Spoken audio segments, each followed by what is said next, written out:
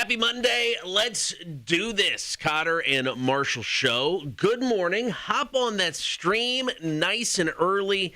Hang out. Join the horde. You can watch the show, Facebook, YouTube, and Twitch while you're there. As always, like, follow, and subscribe. Find out what we're up to when we're off the air, online, all that good stuff. You can always listen to the show. Download the app for free. Get us in your in-home smart speaker. Or check us out on the website, rock1061.com. Marshall, good morning. Good morning. Jake Paul won. How is this still happening?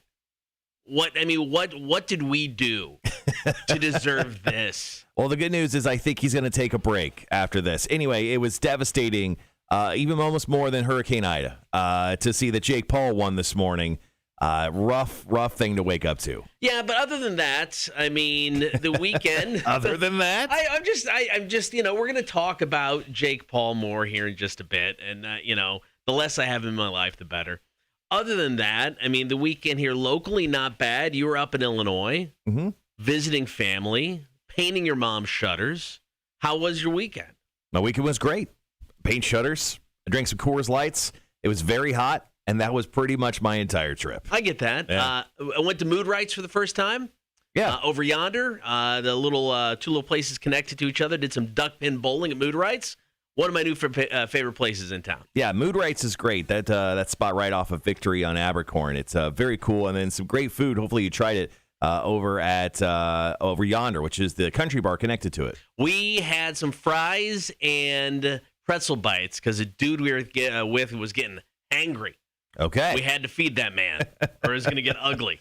Okay. So we fed him. The fries are delicious, but we ended up eating dinner at Bull Street Taco. Okay, yeah. Drank some beers at Two Tides, Ubered home. It was a fantastic Saturday. Sounds like it. All right, coming up on the show today, we are going to get to Dude of the Week Deathmatch. You can vote right now, Cotter and Marshall Show on Facebook. We're going to take your comments and texts today.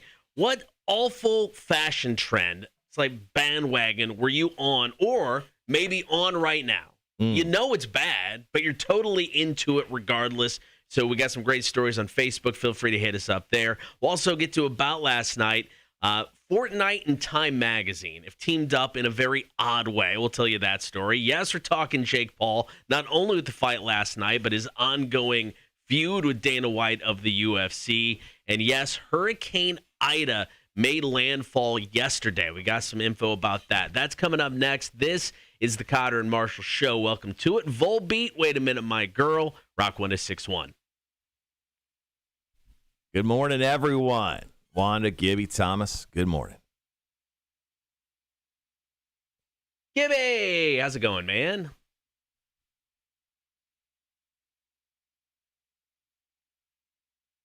So Hurricane Ida made landfall near Port Fourchon. Is that how you say it? Fourchon? Fourchon? Fourchon, I think is how you should properly say it with a little bit of an accent there. Yeah, on the 16th anniversary of Hurricane Katrina. I mean, that to me itself. Is that what we're currently running with? On the 16th anniversary? Is that true? Yeah. Okay. On the day, to the day. Oh. August 29th is not a good day for the city of New Orleans. Yeah, I looked into some of the stuff that's happening. Obviously, I didn't see anything that happened overnight.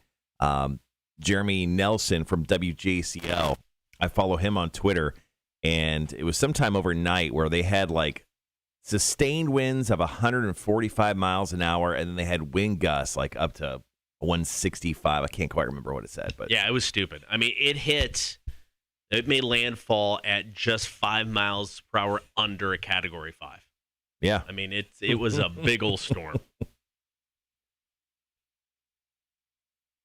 And stunningly, we're not getting even like any of the side effects from this, which is crazy. Like usually we get like some offshoot rain or something from a hurricane that's kind of over in the Gulf over there, but we're not getting any of that. Yeah. Yeah, this is the one we get stuff sent from the Broadcasters Association giving us passes.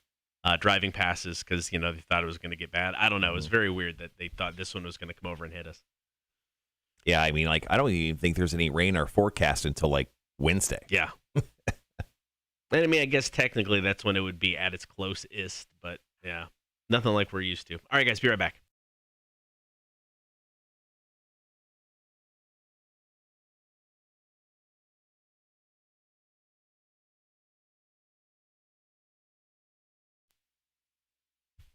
On the 16th anniversary of Hurricane Katrina, Louisiana gets hit with a Category 4 storm in Hurricane Ida.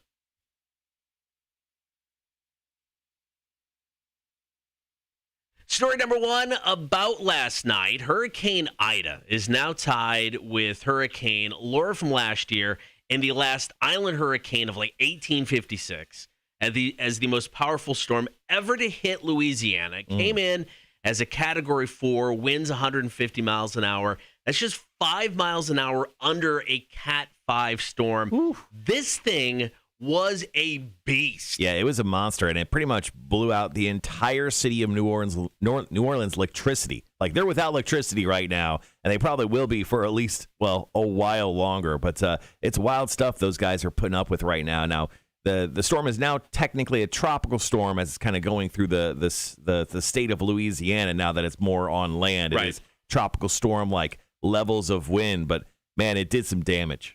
Yeah, like you said, over 1 million customers within Louisiana and Mississippi without power. They're saying it's going to be weeks before they see power. There's reports of water main breaks in different parishes around Louisiana, and they're saying for the foreseeable future, there's certain places in the state without water. There's one parish where like 22 barges broke free. Now, they weren't... Whoops. I know. And they weren't worried about them demolishing the levees, but they were worried that they would hit some other infrastructure in that parish. So, I mean, it happened. I mean, I guess it first technically made landfall like at noon yesterday, but into New Orleans and stuff like that, it was, more last night. So they still don't know necessarily the damage because they haven't been able to get out and see yet. And they're just telling everybody, stay inside. Yeah, like today and tomorrow are going to be the best days to like look for those cool pictures people are going to find once daybreak hits because, I mean, there's going to be like ships on top of people's houses and all sorts of crazy fun hurricane stuff. Yeah, the state is unaware how soon first responders will be able to come out to actually respond to calls. So like they said, stay indoors. Red Cross, they're taking donations. You can do so via their website, phone number 800-HELP-NOW, or via Alexa. Salvation Army is helping out.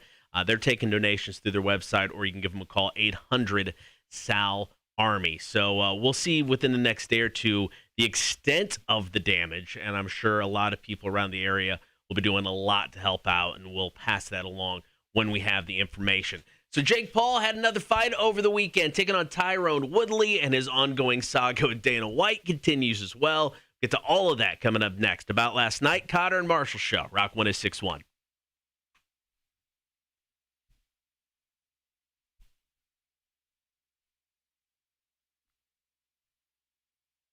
All right, guys. Good morning. Once again, thanks for joining us. Jake Paul, F1 last night. Unbelievable. Fortnite's weird. We'll talk about them coming up this hour.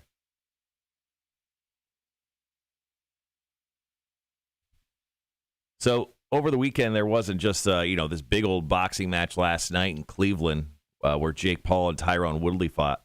There was also a rough and rowdy. So, it's something that's put on by Barstool Sports, and it's amateur boxers, even more amateur than Jake Paul. And one of the fights was Pac-Man Jones. That name may sound familiar because he's a former NFL player. Probably did his best ball. I think he played for the Saints for a minute, but I think he did his best NFL ball with the Cincinnati Bengals. And he was quite the returner. I mean, like quite the punt returner. Now, in an interview over the weekend, and just heads up, he lost this weekend. He lost to some crazy dude from Boston who's only fought in 5 amateur fights. Pac-Man lost to him, and he's the pro athlete. Yeah. He said that he should actually be going into the Hall of Fame as a punt returner over Devin Hester, which is known as the greatest punt returner of all time. Devin Hester has 19 punt return touchdowns. Pac-Man Jones has 5. But he did it with style. Yeah. He said, Adam Pac-Man Jones says he belongs in the Hall of Fame on either the first or second ballot. He tells TMZ Sports he believes he was a better special teamer than Devin Hester.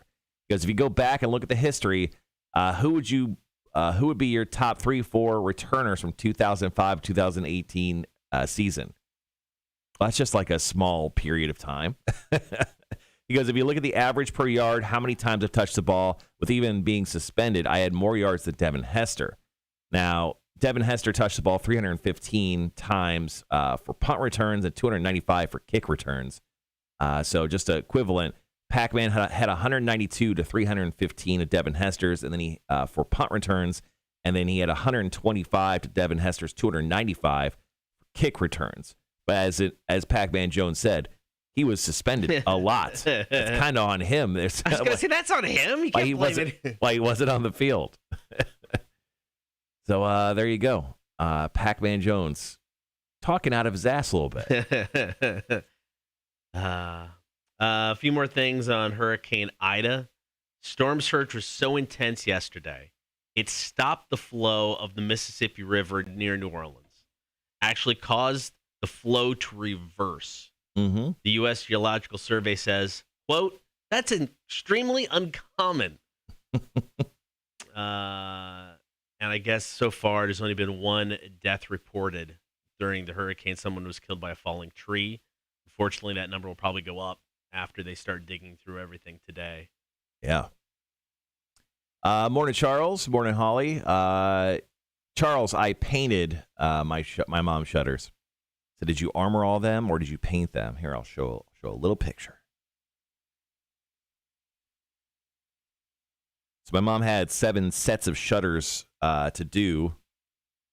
I don't know if you're going to be able to really see a great photo off this.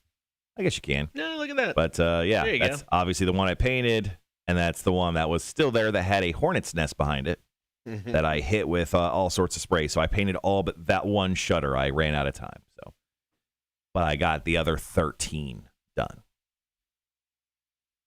Oddly difficult to find spray paint right now. Maybe I don't know if that was like an Illinois thing or if there's like a paint shortage, but it seems like the majority of spray paint is off the shelves right now. I went to 3 different stores. I went to a place called Menards, which is like a Home Depot. It's just not here.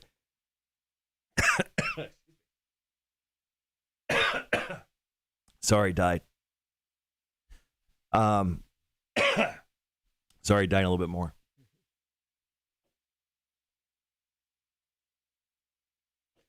Yeah, I went to Menards, Lowe's, and then Walmart. That's weird. And wound up finding paint at Lowe's. Yeah, that was a before and after photo. Well, I'm dying. Sorry.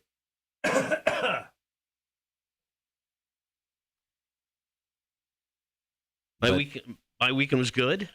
Had fun for the first time since both my kids have been gone. Did like a family Zoom call. I got to talk to everybody. It's kind of nice. Cool. They're all alive and fending for themselves well. That's a plus. Then on Saturday, I hung out at Two Tides for a bit. Went over to Starland Yard. First time I actually went into Starland Yard. Had a couple beers there, and then went to Mood Rights, and then ate dinner at Bull Street. It was nice. It was a nice Saturday.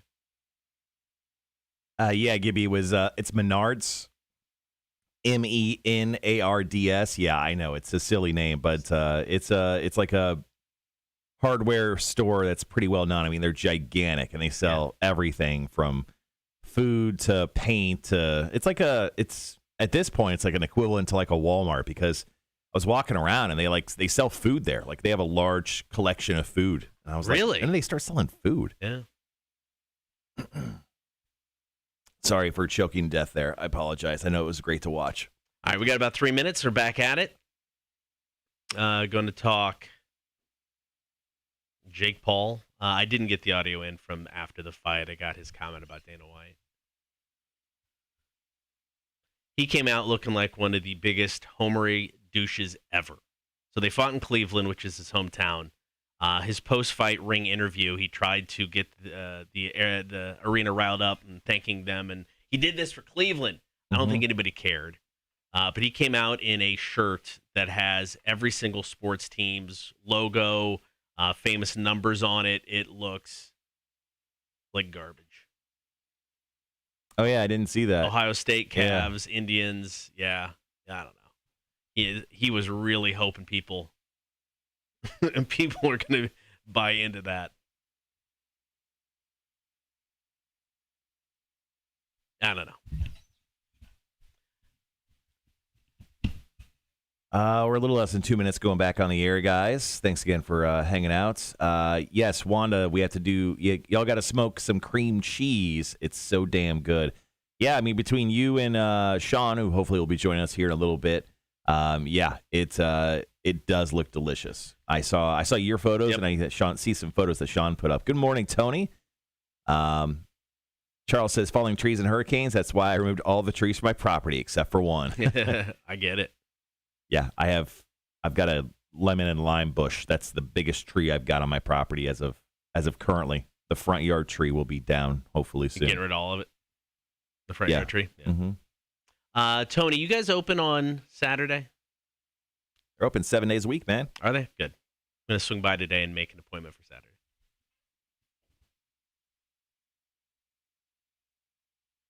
All right, got about 1 minute to go. Perfect.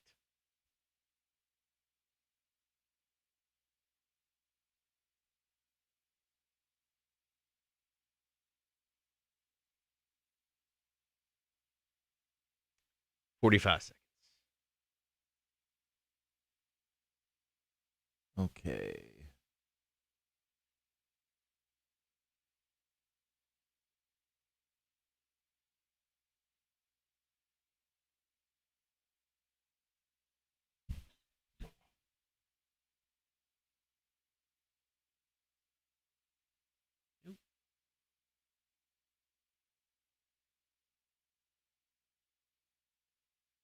All right, 15. Be right back.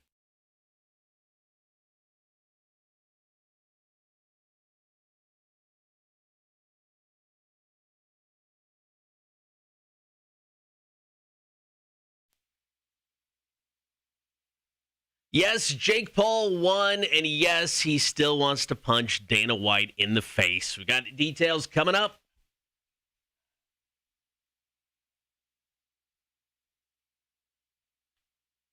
Story number 2 about last night. Jake Paul, internet celebrity, took on former MMA fighter Tyron Woodley over the weekend, went down in Cleveland, and it was via a split decision that Jake Paul got the win over Tyron Woodley. Yeah, it went a full 8 rounds. Obviously, I was so enthralled with this fight, I went to bed last night early, even.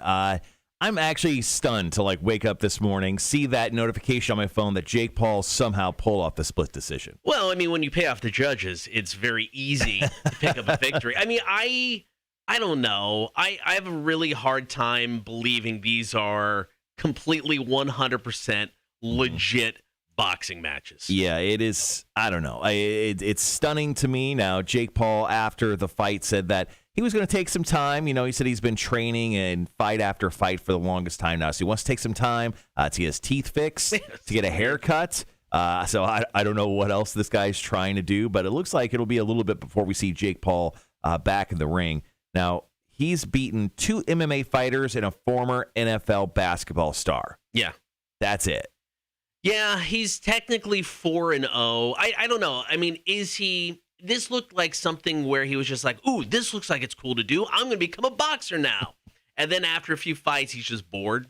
He's just ready to move on to whatever the next thing is. He's made a ton of money off of just 3 professional fights, though. I mean, is it time for him to retire? I think so. Oh, yes, I would love to see him absolutely retire. think Jake Paul should retire, but there's no way we're getting out of this this quickly because Showtime does have a contract with him for a few more fights. Yeah, so we'll see more. And I mean, I don't know. I think when he loses, it's going to be like the WWE. They built this story up. The heel wins, the heel wins, the heel wins. Mm-hmm. We want to see him get punched in the face hard. It's going to happen, and we're all going to be like, this is the best day ever. And then he'll finally go away. Now, he's still got his ongoing feud with Dana White. You know, I'm just surprised Dana White still talks about Jake Paul. Yeah, Dana White of the UFC, I mean, he gets asked questions all the time about Jake Paul, and Jake Paul was asked a question from a reporter. Do we have this audio right here? We do. It's like, when will this ever end with you and Dana White? I think it ends with me running into him in a club in Vegas and knocking him the out.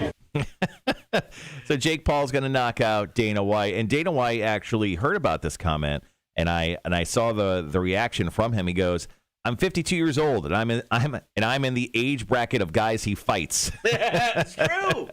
It's true. Yeah, Jake Paul, 24 years old, and it seems I don't think he's fought a guy that's less than 30. at this point. Right. I mean, they're all older. They're past their prime. I mean, yeah, the last two have been fighters, but I mean, it doesn't mean anything. But box a boxer. Box somebody who this is what they do. I double dog dare Jake Paul to actually fight a boxer, because I think if he actually put a boxer in that ring, it would be a different story. All right, coming up next, we got to talk Fortnite and Time Magazine. They have teamed up for a Martin Luther King tribute in the Fortnite game, and they're getting a little negative reaction on the social medias. That story is after Shinedown. Here's Atlas Falls, Cotter and Marshall Show, Rock 106.1. Charles asked, did you get a run in this weekend? I did. I ran yesterday. Did just under 3 miles. I did the intervals again. I did 2 minutes running, 1 minute walking. I'm going to do that the next few times I run. Then I'll go 2 minutes, 30 seconds, 2 minutes, 30 seconds, and then hopefully just get, wean my way off the intervals. But did about just almost 3 miles. Nice. So, yep, it was nice. Didn't feel like crap afterwards. The interval's kind of a game changer as I get back into it. So thank you to Greg for introducing me to that. Gibby suggests that Jake Paul meet a jiu-jitsu black belt in the squared circle. I don't think that's going to happen. I don't think he's going to agree with that. Yeah. Oh yeah, I mean, if he would get into like an octagon and actually like do some mixed martial arts, dude would get his ass kicked. How long does it take to get a black belt? That's a good question. I don't know. Let's see. I'm Googling that right now. Black belts in Taekwondo are achieved in degrees. The practitioner able to earn the first-degree black belt within 3 to 5 years. Damn. Some schools stipulate a minimum of 4 to 5 years of training before a student can earn a black belt, while others do not. Yeah, so let's go high. Let's say 5 years. It takes 5 years to get a black belt. How many times a week? What's the least amount of jiu-jitsu can I do to actually get a black belt? Did I just say squared circle? Yes, the squared circle. Thanks for paying attention, Tony. Yeah. Brendan, thank you so much for the mail. I got that. Thank you. I'll get back with you in a bit. Just over a minute. We'll be back in here with story number 3. An odd one. I'll admit, my initial reaction to this is different than how I feel about it now, after I thought about it for a minute. With Fortnite and Time Magazine teaming up.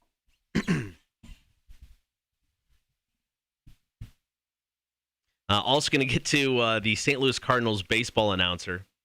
Like me, still doesn't quite get NFTs, and he had to do a live read during a broadcast, and he let everybody know. He has no idea what an NFT is. He did not hide the fact. But he was learning. We were all learning together. We did. He had to learn mid-go.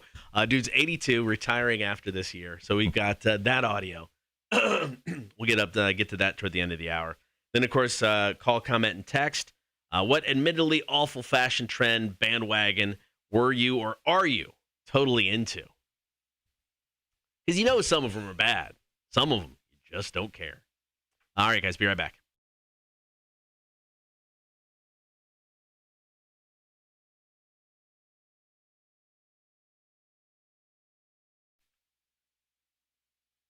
When Martin Luther King said he had a dream, I don't think it was to be added to the video game Fortnite. That story coming up.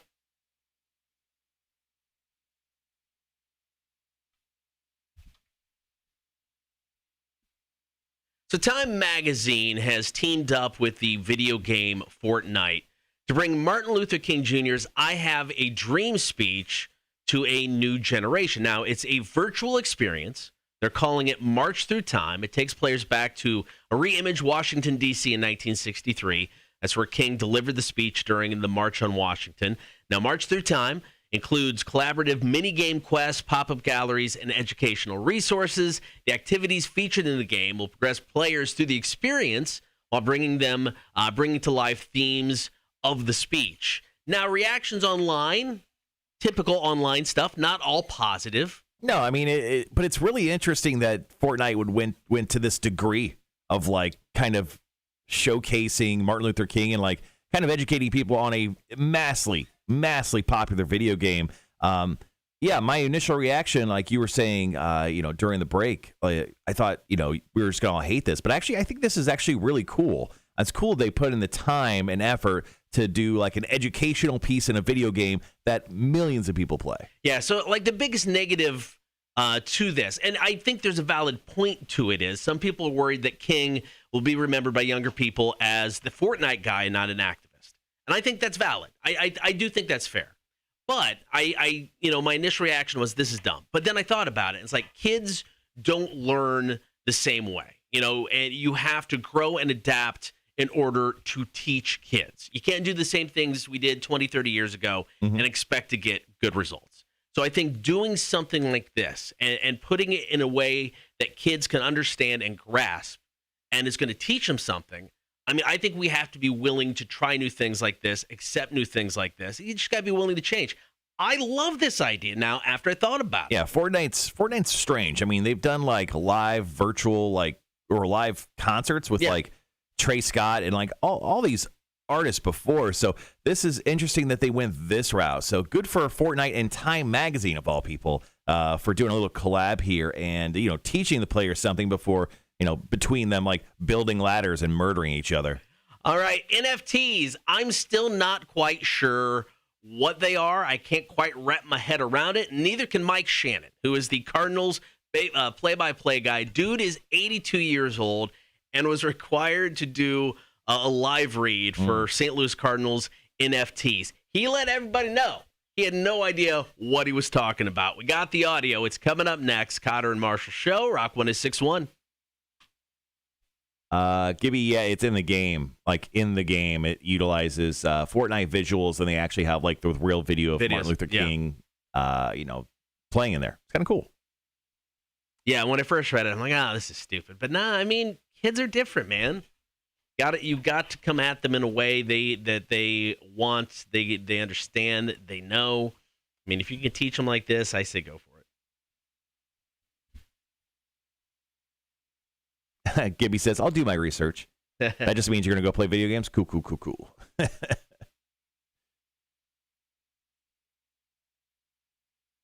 So I saw an interesting report over the weekend. Jim Ross, of course, longtime wrestling announcer, got his start in WCW, went over to WWE, got fired, went back, now with AEW, been there since the launch. According to this report, they're going to phase him out as a full-time announcer, which I think makes sense. I wasn't necessarily for the fact of them putting JR on. I mean, I get why they did, for people tuning in for the first time.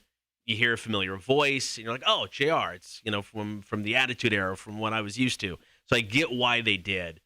But it's been a rough go, I think, with him commentating. So I think it makes sense that they're going to phase him out from the on-air side of things.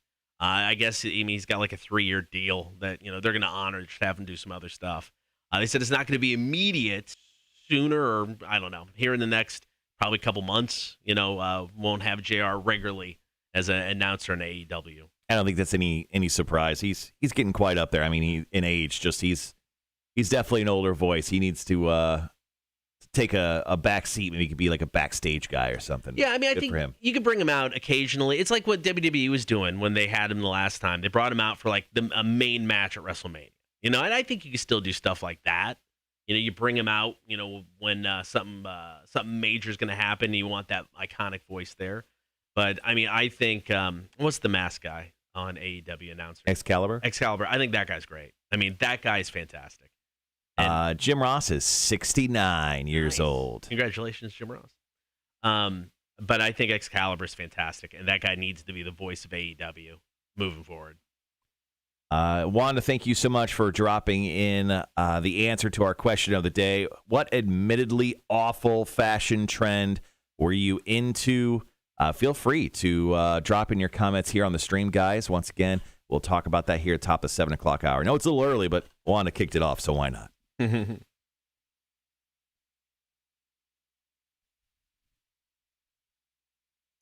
were running early this hour. It was a short hour. We're not doing too bad. It was definitely a little bit of a short hour.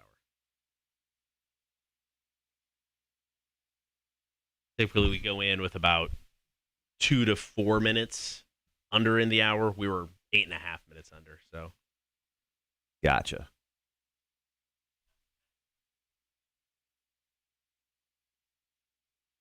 let me just.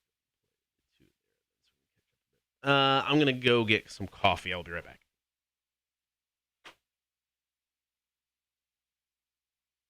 Okay.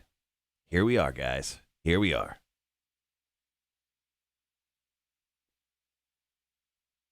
Hair's still just as ridiculous as it always is. I didn't feel like even trying to comb it this morning, so that's why you get baseball cap Marshall today on a Monday. Yeah, I was home in Illinois over the weekend, saw my family, and then flew in yesterday. Pretty easy. Going from Bloomington, Illinois to Atlanta. We did have a medical emergency on my flight, which was strange. It was actually the guy in the very front of the plane, front seat. And it wasn't anything like bad or weird or dangerous. It was just as we landed in Atlanta, and like everyone, they were told, you could tell the flight attendants were stressed. So they told everyone to sit down. They're like, okay, we have a medical emergency. No one get up. Not a single soul get up. And then the paramedics came onto the flight, and they talked to this guy for a second, and he just walked right off. So obviously weren't given any context on what happened, but had a medical emergency on my flight yesterday, Cotter. Oh. I mean, I felt like we were only in the air for about an hour and 20 minutes. I slept most of it. Yeah. But we woke up to, guys, we have a medical emergency. We are about to land, so everyone sit down. And this guy walked right off the plane. I don't know what kind of medical emergency he had, but I guess he was fine. He walked off. I guess that's a positive look. Yeah, that's a plus. Yeah. But it's kind of a jarring thing to hear when you're sitting on a plane. You're like, all right, guys, we have a medical emergency and we're going to land. But they didn't say where we were landing. Right. So, you didn't know if it was early or. Yeah, and I was looking at my clock, and I was like, obviously we lost an hour, going from Central Time to East Coast. I go, we should be really close to Atlanta, if not in Atlanta. And the moment we got, down far enough and our phones connected, my wife and I both looked at our GPSs, and we were in Atlanta, thank God. Right. And his medical emergency, I mean, it took 5 minutes, and we had more than like an hour to sit around anyway. So it worked out perfectly for us, but good. Some other people on the plane, I mean, the moment, they said we could get up, there were people like who got up and like ran like 12 seats in front of them just so they could try to get off the plane. Yeah. Yeah, I get that. My Friday was oddly productive because I slept long enough since we didn't have to come in for the show, so I didn't have to take a nap on Friday. Mm-hmm. So I got home, and I'm like, I'm going to edge my yard. I probably don't have enough juice in my lawnmower. I'll plug that in. I'll mow later. But I got home. I was like, I got enough juice. Mowed my front yard, edged my front yard, weed whacked the front yard, got in. I vacuumed. I got some trivia written. Friday was like the most productive. Got some work done. Friday was like the most productive day for me in a long time. Cool. Did all kinds of things. No, God, no. That's disgusting. I bring my own. All right, I'll be back.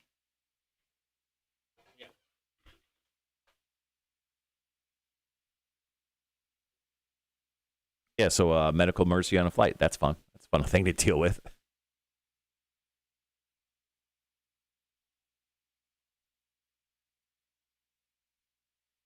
But yeah, I mean, we have obviously a cool week ahead of us. It looks like Pop Evil is going to join us in studio tomorrow.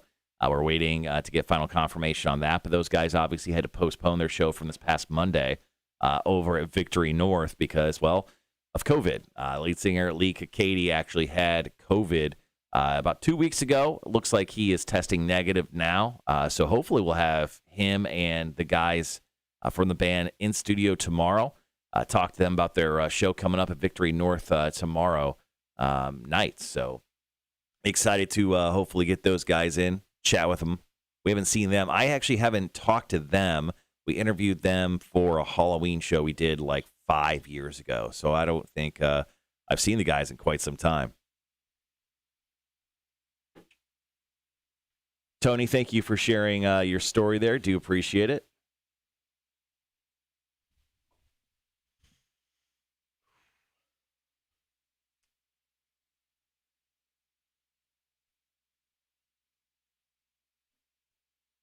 Juana said she had her soul ripped out of her this weekend.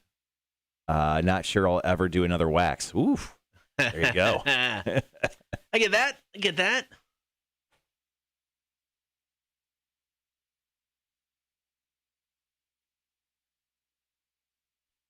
Oh, dude. Do you have pictures of that, Charles? Talk about how he had the Pat Riley slick back hair. I'd like to see that. Ain't gonna lie. That, I'm sure, was a look. I had so many, I decided to power rank my top 5.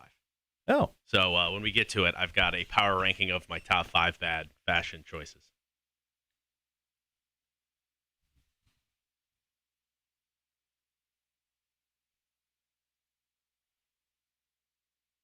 All right, we are going to play one more tune. Then we'll get to NFT story with Mike Shannon, 82-year-old announcer for the Cardinals, retiring after this year.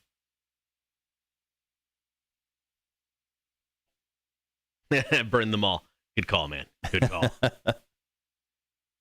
If you're a fan of the Umbrella Academy, it's a Netflix TV show. They just wrapped season 3 of filming. So hopefully we'll get some Umbrella Academy here by early next year, if not sooner. Man, I love the Umbrella Academy. What a great show.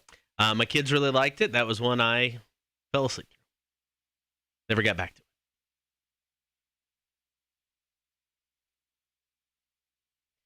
Found a new podcast. It's just looking for something different. Rewatchables. It's Through the Ringer.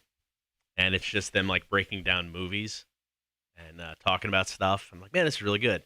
They talked about Superbad. And I'm like, man, I haven't seen Superbad, I think, since it came out. I may have only seen it the one time in the movie theaters. Mm-hmm. So that is my goal for this week when the wife's at work. I'm going to rewatch Superbad. I remember loving it. So we'll see. We'll see if it stands up. These guys are calling it one of the top comedies of the 21st century. Top 5. I mean, it's good. I mean, it's definitely good. Yeah. I don't know if I would put it in the top 5.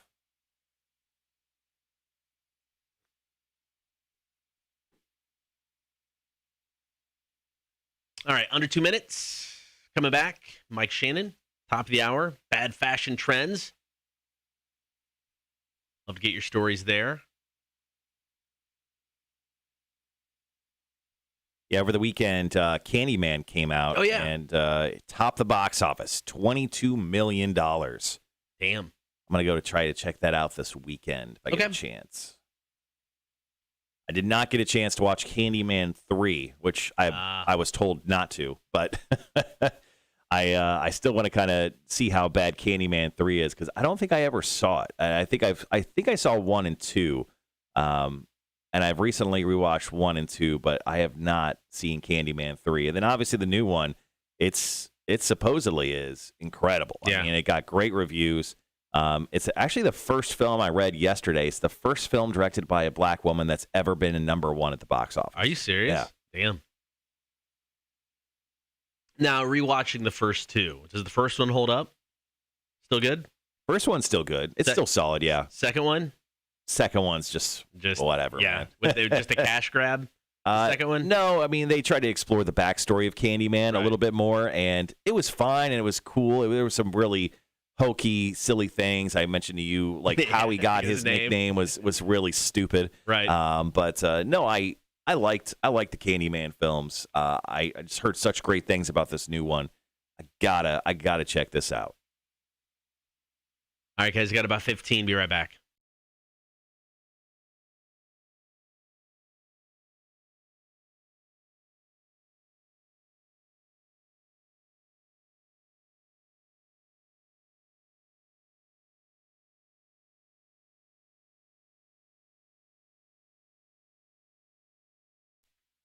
I feel really good that me and an 82-year-old dude have something in common. We'll tell you what that is here in a second. Don't forget, hop on that stream, Facebook, YouTube, and Twitch.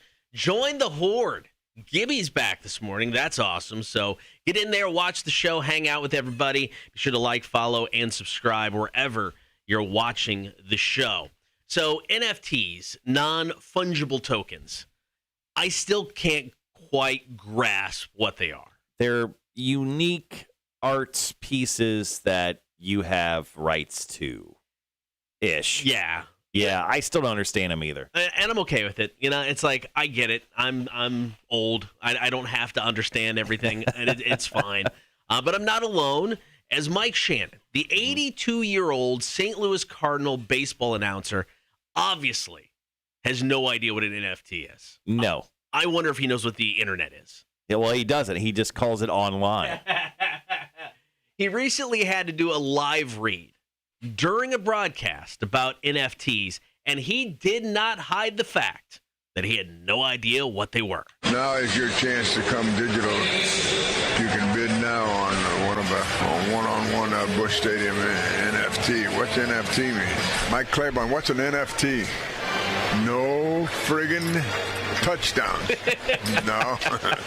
No friggin' tonsils. Here's strikeout number 5. NFT stands for non-fungible token, a digital token that's a type of a cryptocurrency. Man, they have words in here I've never heard before. But unlike a standard coin, in the Bitcoin blockchain, an NFT is a unique and can't be exchanged hence non-fungible. Online thing you can't sell.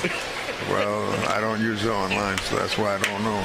He does not use online. I feel so bad. I feel so bad for him, man. I mean, okay. Is he given these live reads before a broadcast? Or does he just not care? And I'm 82. It doesn't matter anymore. I'm not going to read this ahead of time. He probably skims them. He probably does a nice solid skim before he jumps on the air, and he's like, yeah, I'll figure this one out live. Why not? I mean, Bitcoin was something else, blockchain. I mean, he had no idea. Yeah. I mean, you can at least fake your way through some things if you've at least read it. Mm-hmm. I don't think this dude read any of that. Yeah, he has someone that pays his bills online for him. Like he's hired a guy, or he's got like one of his kids. Like they just pay the bills for good old dad, although he still shows up and announces St. Louis Cardinals games. I feel for him, man. I feel really bad that he had to go through that. 82 years old. He's been doing this thing for decades now. And I believe he's retiring after this season. Is he? Okay. Yes, go retire. Don't worry about NFTs, man. Don't worry about the internet. Just do your thing. All right, coming up top of the 7 o'clock hour. What bad fashion trends have you jumped on the bandwagon for? Or maybe it's something you're on now, but you know it's bad. I had so many, I had to power rank my bottom 5 worst fashion looks. Wow. All right. And I had more. Okay. So call, comment, and text 800-394-1061. We'll get to your stories next. What admittedly awful fashion trend bandwagons have you been on, or are you on now? We want those stories. It is the Cotter and Marshall Show, Rock 1061. Oops, excuse me, guys. I right-clicked on something.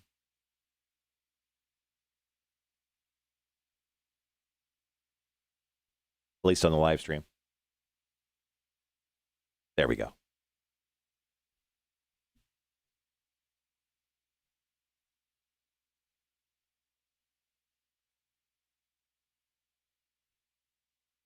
All right, guys, you heard Cotter talk about it. Go ahead and drop in your stories. What admittedly awful fashion trend bandwagon were you totally into? Go ahead and drop your stories into the chat, and then we'll share those top of the 7 o'clock hour. What's the bad, like, bell-bottomy thing? Whatever crazy fashion trend that you were into. Let us know. Shoot us a story via the stream this morning, or you can text us as well at 1-800-394-1061. So a guy decided to create a dating website, and I think it was smart. It's called datecolinobrien.com, and it only features himself. Right. This is genius. 29-year-old guy in St. Louis named Colin O'Brien. Wasn't doing well with the other dating apps, was feeling a little just exhausted through the whole thing. So he started his own website, once again, datecolinobrien.com, 10 days ago. Posted it in a Facebook group called Date Ideas and Things to Do in St. Louis. Now, the site is pretty elaborate. He sells merch. There's a bio filled with honest information, weight, height, tax bracket, the COVID vaccine he got, his zodiac sign, his Harry Potter house, his pros and cons. Wow. Now, the pros include sense of humor, love of tennis, and good regular hygiene. Cons include Needs to be liked by everyone. Bad at tennis.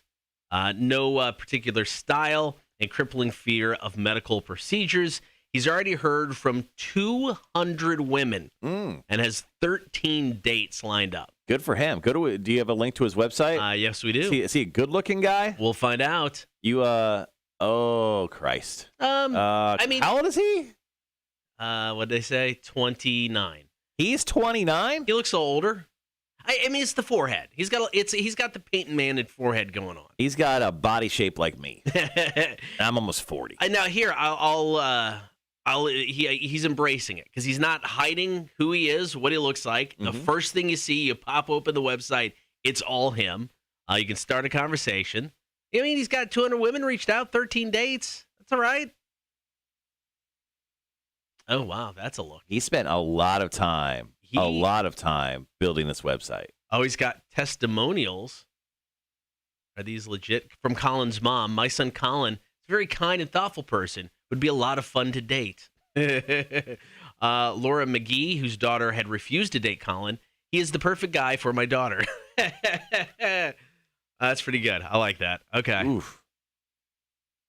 Morgan Scott, Colin's female roommate and platonic friend. He's the best roommate I've ever had and the best friend.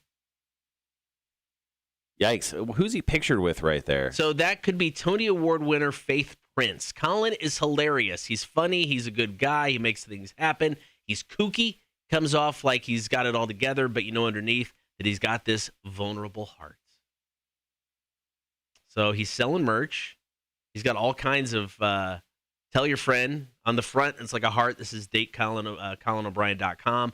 On the back, it says tell your sister, tell your mom, tell your ex, tell your friend. He's got hats. He's got like stretch pants, boxer shorts, stickers. Hey, man, go for it. That's pretty awesome. That's a whole lot of merch. That's funny. Speaking of movies, so Tony, I also watched that over the weekend. I watched the Bob Ross documentary on my flight. Tony says, speaking of movies, Bob Ross documentary was disappointing. It wasn't as earth-shattering as one would think. No, the way they kind of marketed it, and they marketed it in a great way. I mean, obviously, not giving up a lot about the documentary. It was actually almost just like too sad of a tale. Right. It's a very sad tale about how someone essentially has stolen Bob Ross's identity, and it's just legally allowed. Not that I've ever purchased a Bob Ross piece of merchandise or really had ever planned on it, but after watching the documentary, I never will. Yep. And it's not anti-Bob Ross. Watch it and you'll find out. But yeah, not as salacious as you thought going in. Yeah. But I agree with you. It was just sad. It's just very sad. Yeah, I mean, I watched it once again. I watched it on my flight from Atlanta to Illinois, and it was like an hour and a half. Yeah. It was just a sad tale. Some salacious like Bob Ross stuff. Like he got busy a lot. Good for him. Did. You know, with the afro.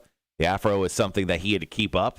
Not exactly natural on this guy, and he went through like tons of fade. Like he looked like Elvis for a minute. Yeah. Like he had some gray hair. The man always had gray hair his entire time. I didn't know he did a children's show for a hot minute too. Yeah, no idea. Yeah, he did like a really weird something earnest show. toward the end. But yeah, it was kind of it was definitely a sad thing. But I don't know. I would say it's worth checking out. I thought it was kind of cool. The Bob Ross documentary. Check that out. It's on Netflix. Yeah, I didn't hate it. I mean, I didn't dislike it. I did read a couple of places where people thought it was disappointing. I mean, I think that they built it up to where it was just like, oh my God, the man has 3 penises. You know, it was just it was going to be something that was just out there and completely, bizarre. And it wasn't that. I mean, it was just, true to life, man. You know, what's funny is I watched the Bob Ross documentary, and, his big thing was doing these oil paintings. He would do these amazing paintings in no time at all. So I'm at my mom's house, and we're going through a bunch of stuff, and her downstairs, she has like this fully furnished basement that could be essentially like an apartment for someone. And I'm moving some furniture around so someone could literally come down and stay whenever they wanted. And I found these oil paintings, and I'm like, these are like Bob Ross. And I asked my mom, apparently my uncle, I don't know if he went to a class or not, but I mean, he did a couple Bob Ross like paintings, and gave them to my parents. And I was like, mother effer, look at this. I go, I wonder if he just went to a class. Nice. Yeah, my mom is uber talented like that. She hasn't painted in years, but she's really good. When we were all here during the pandemic, one thing we did one day was watch a Bob Ross episode, and we all painted, whatever he was painting. We tried to paint along with him. We got them hanging in our bathroom upstairs. They're okay. We'll say okay. I mean, would you say one's better than the other? Keith's is the best. Okay. I mean, Keith is by far the best. He's my oldest artistic and has just kind of maintained it and kept it up. His is by far the best. And I would probably say my wife's. My wife's was really good. Yours is the worst? Either me or Ella. There are sections of mine that I was very proud of. Sure. And then sections where I'm like, yeah, I could have done that better. Yeah, the Bob Ross documentary, pretty cool stuff, I will say. Yesterday, I got home early enough in the day. I was able to watch a few things, catch up on a few things I missed over the weekend. I watched the rest of Brand New Cherry Flavor. Oh, yeah. Which is like an eight episode limited series, but they completely set it up for a second season. It's really, really fun, and it's really cool. The last episode, I don't think it ended on the best like season finale type of episode, but Okay. The series overall is ridiculous, filled with like mythos and questions that definitely still are not answered. So it's definitely worth checking out if you guys get a chance. And it's definitely it's got more of like a horror kind of thriller vibe to it. So it's definitely the season to like check out. Right. That type of stuff. So Brand New Cherry Flavor on Netflix is super cool.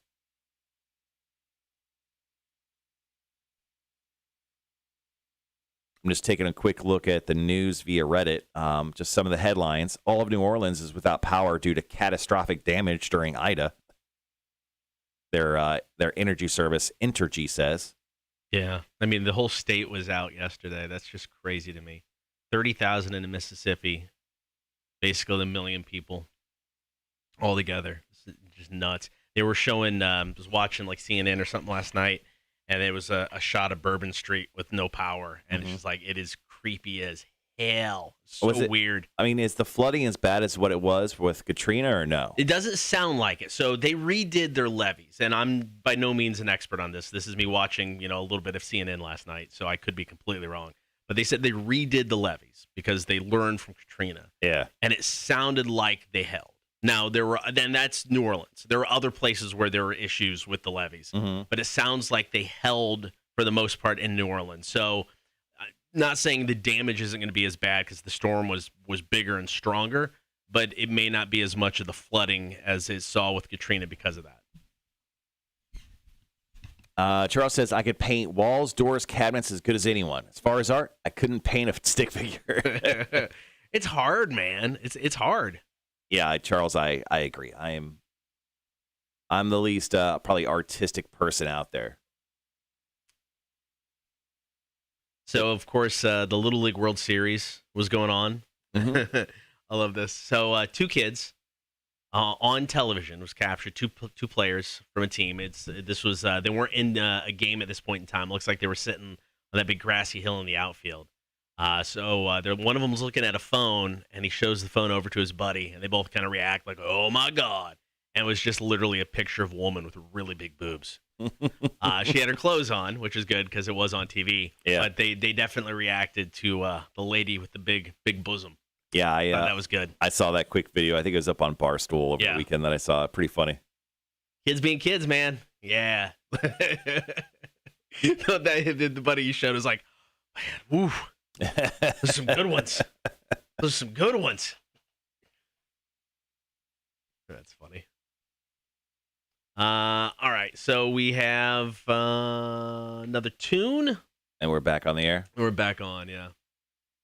All right. How are you going to work this first break? What do you want to do here? I can give, since I can power rank mine, since I've got 5. I mean, it won't take me too long. No need to go into too much, but I've got 5. I got a big response on Facebook. I mean, a lot of it's the same stuff, but we definitely got a response on Facebook. Okay. Did you get any? I've got a couple on the stream. Okay. So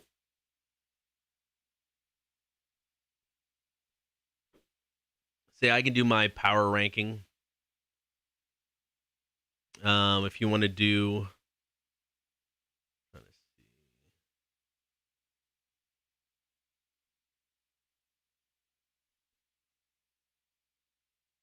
if you want to do a one or two over there, then I get ended with a Facebook and we can come back.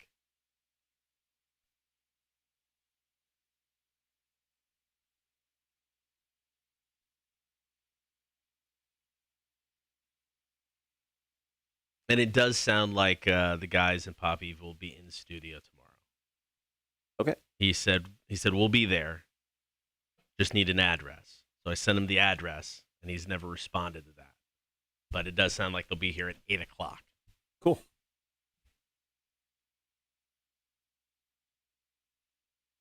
All right, we got about 3.5 minutes.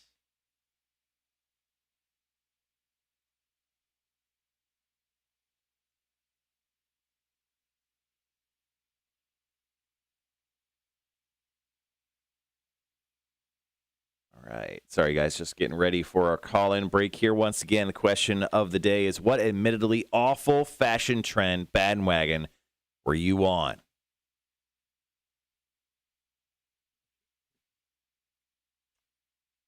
Go ahead. Sorry. I was going to say, speaking of fashion, I just remembered my buddy Morty.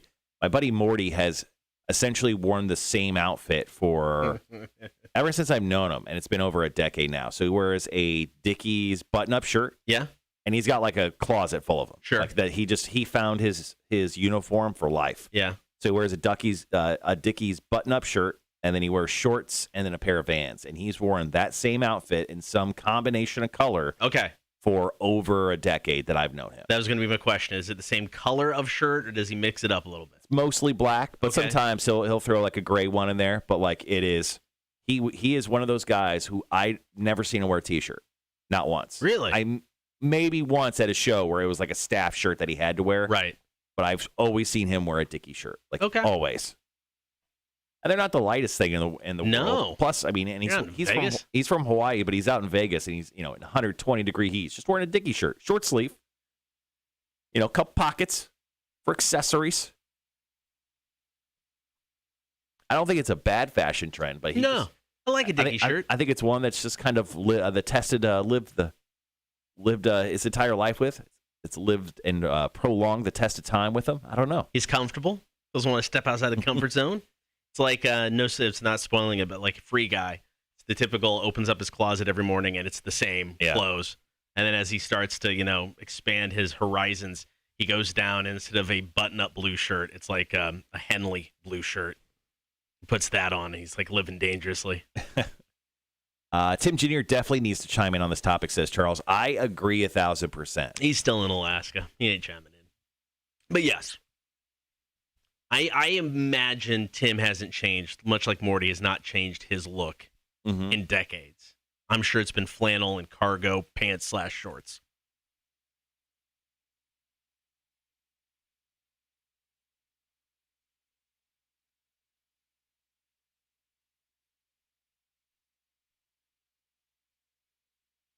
All right, we got about 45 seconds.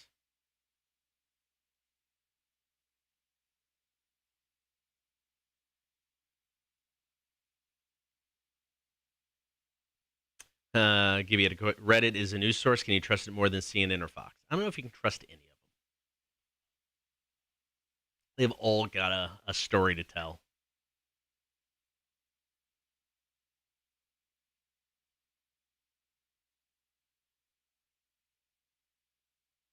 All right, guys. Under 15. Be right back.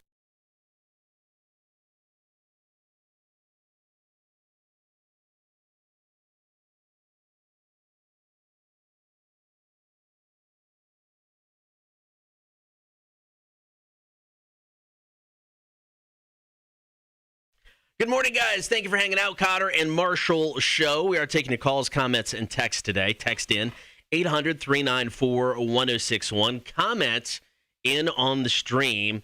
What admittedly awful fashion trends have you jumped on the bandwagon for? Maybe you're on that bandwagon now, and a lot of times, it's bad. You just don't care. You like it. You be you. Nothing wrong with that. Now, I've had many questionable fashion choices in my life. So many that I just decided to power rank. I'll say my bottom 5. Okay. Because they're the worst. Number 5, tight roll jeans. Oh, yeah. Still don't know why that was a thing. It was probably pre-high school. I'm talking junior high. So this is late 80s. Yeah, for me, I did that, but I was like in 2nd or 3rd grade. I remember doing that like early on. Yeah. That was the thing to do. Number 4, and this is not degrading your mullet right now, but my mullet choice in junior high was bad. So my hair is very thick. So I had not a straight mullet.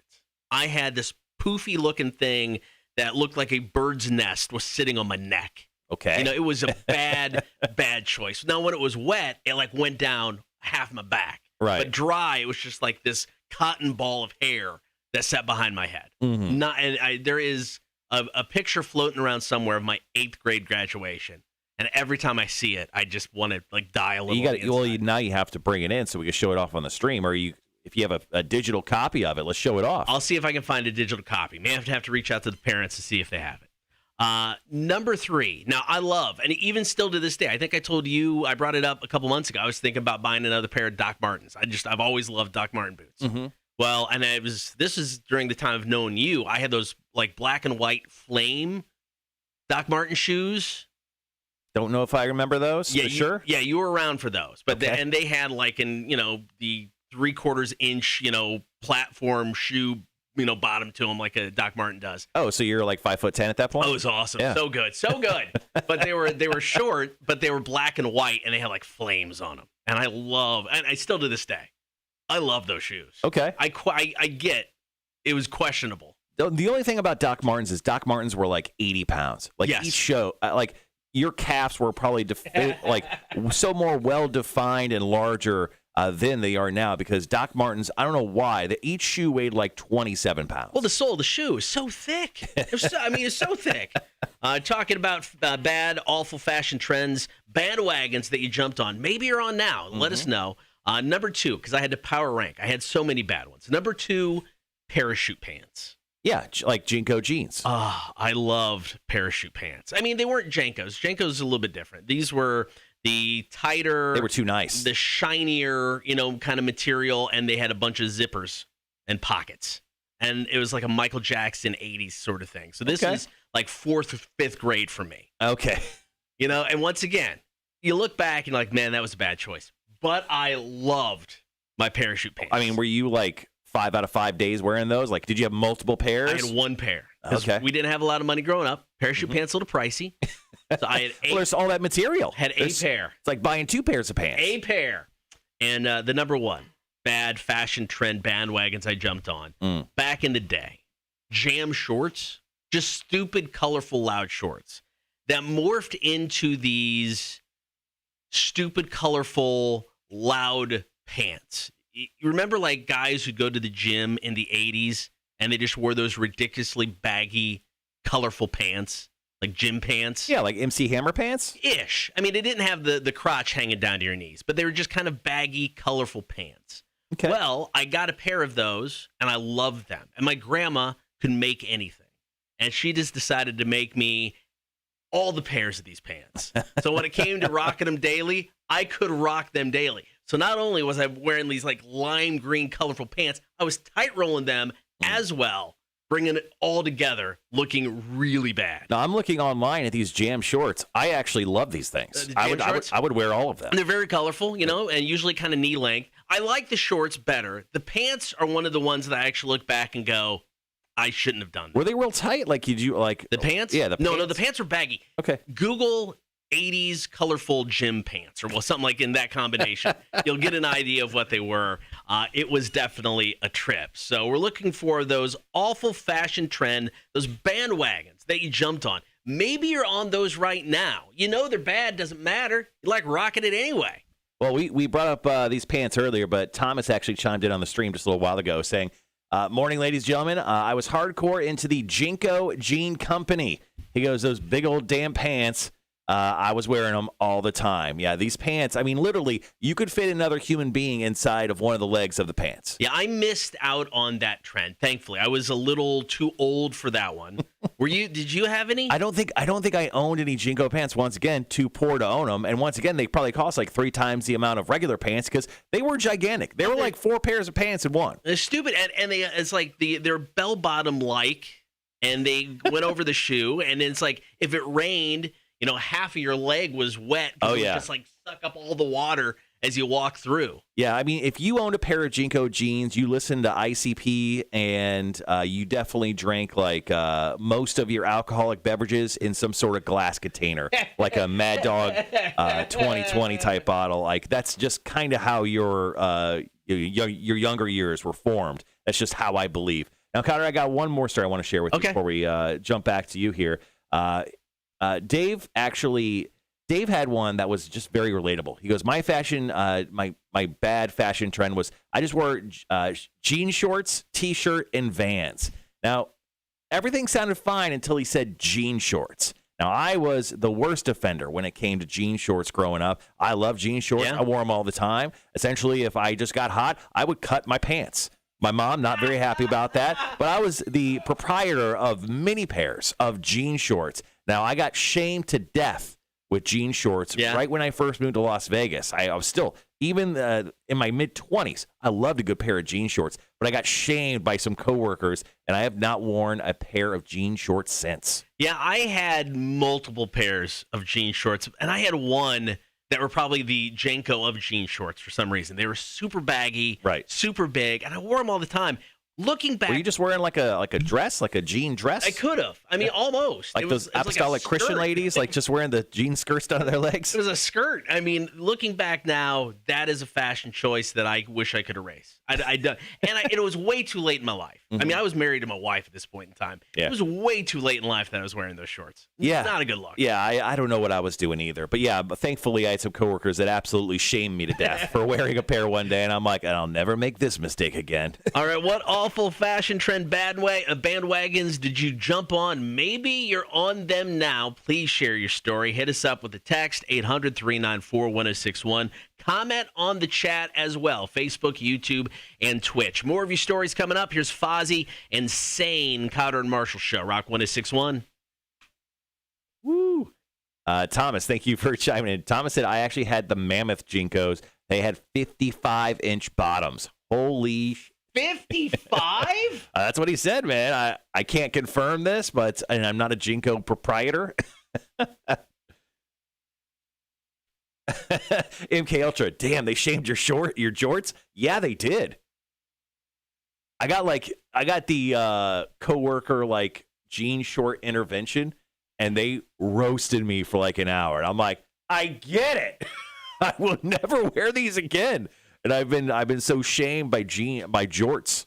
I just never wore them, man. All right, so ever since then, more than a decade. If you're going to buy a pair of Jenkos right now, today's prices, how much do you think you'd pay? Oh Christ, probably like $100, $120 for a pair. $150. Yeah. Urban Outfitters selling them for $185. Yeah. Because they're like 4 pairs of pants, man. I get it. Wow. Oh, there you go. That is. Look at those pockets. You could fit a 40-ounce in that. And that's how you're an ICP fan. You got 40 ounces in your back pockets. Got a wallet. Sorry, it's behind my 40 of Old English. Give me a second. Is that a 40 of OE in your back pocket? You just happen to see me. Or do you have a fire extinguisher back there? You couldn't be pickpocketed. Nobody could reach in there and grab your ass. It'd be great. That's ridiculous. Yeah, I missed, and I'm okay. I'm okay that I missed that trend. All right, so this next one, I can start. I got 2 just very brief ones that I was super into growing up. Yeah, you want to start with those? I've got a couple here to read. Yeah, I know you got a bunch, so. Good morning, Sandy. Thanks for joining us nice and early this morning. And then Thomas and Dave, if you guys are still in the chat, thank you so much for chiming in on the chat here. Appreciate that. Once again, guys, question of the day is, what admittedly awful fashion trend were you in? Are you still in? Please let us know. I see I've still got Charles and I've still got Tony's. Okay, so you do yours. I'll read a couple. Or do you want to go back and forth? We can each read a couple. Yeah, let me do mine, and then I'll probably bring up Tony's here. I'm just gonna need. How much time we got? A minute.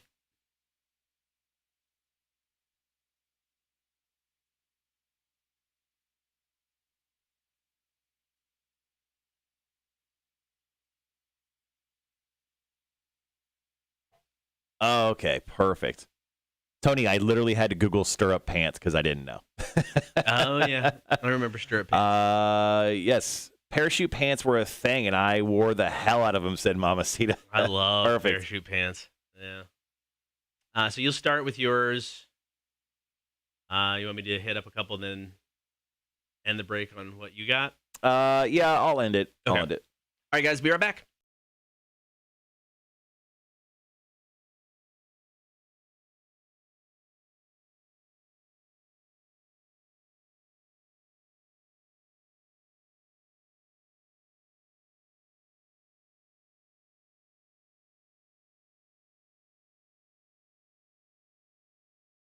What admittedly awful fashion trend bandwagon were you on? Even better, are you on one now? We want to hear those stories. So call, comment, text.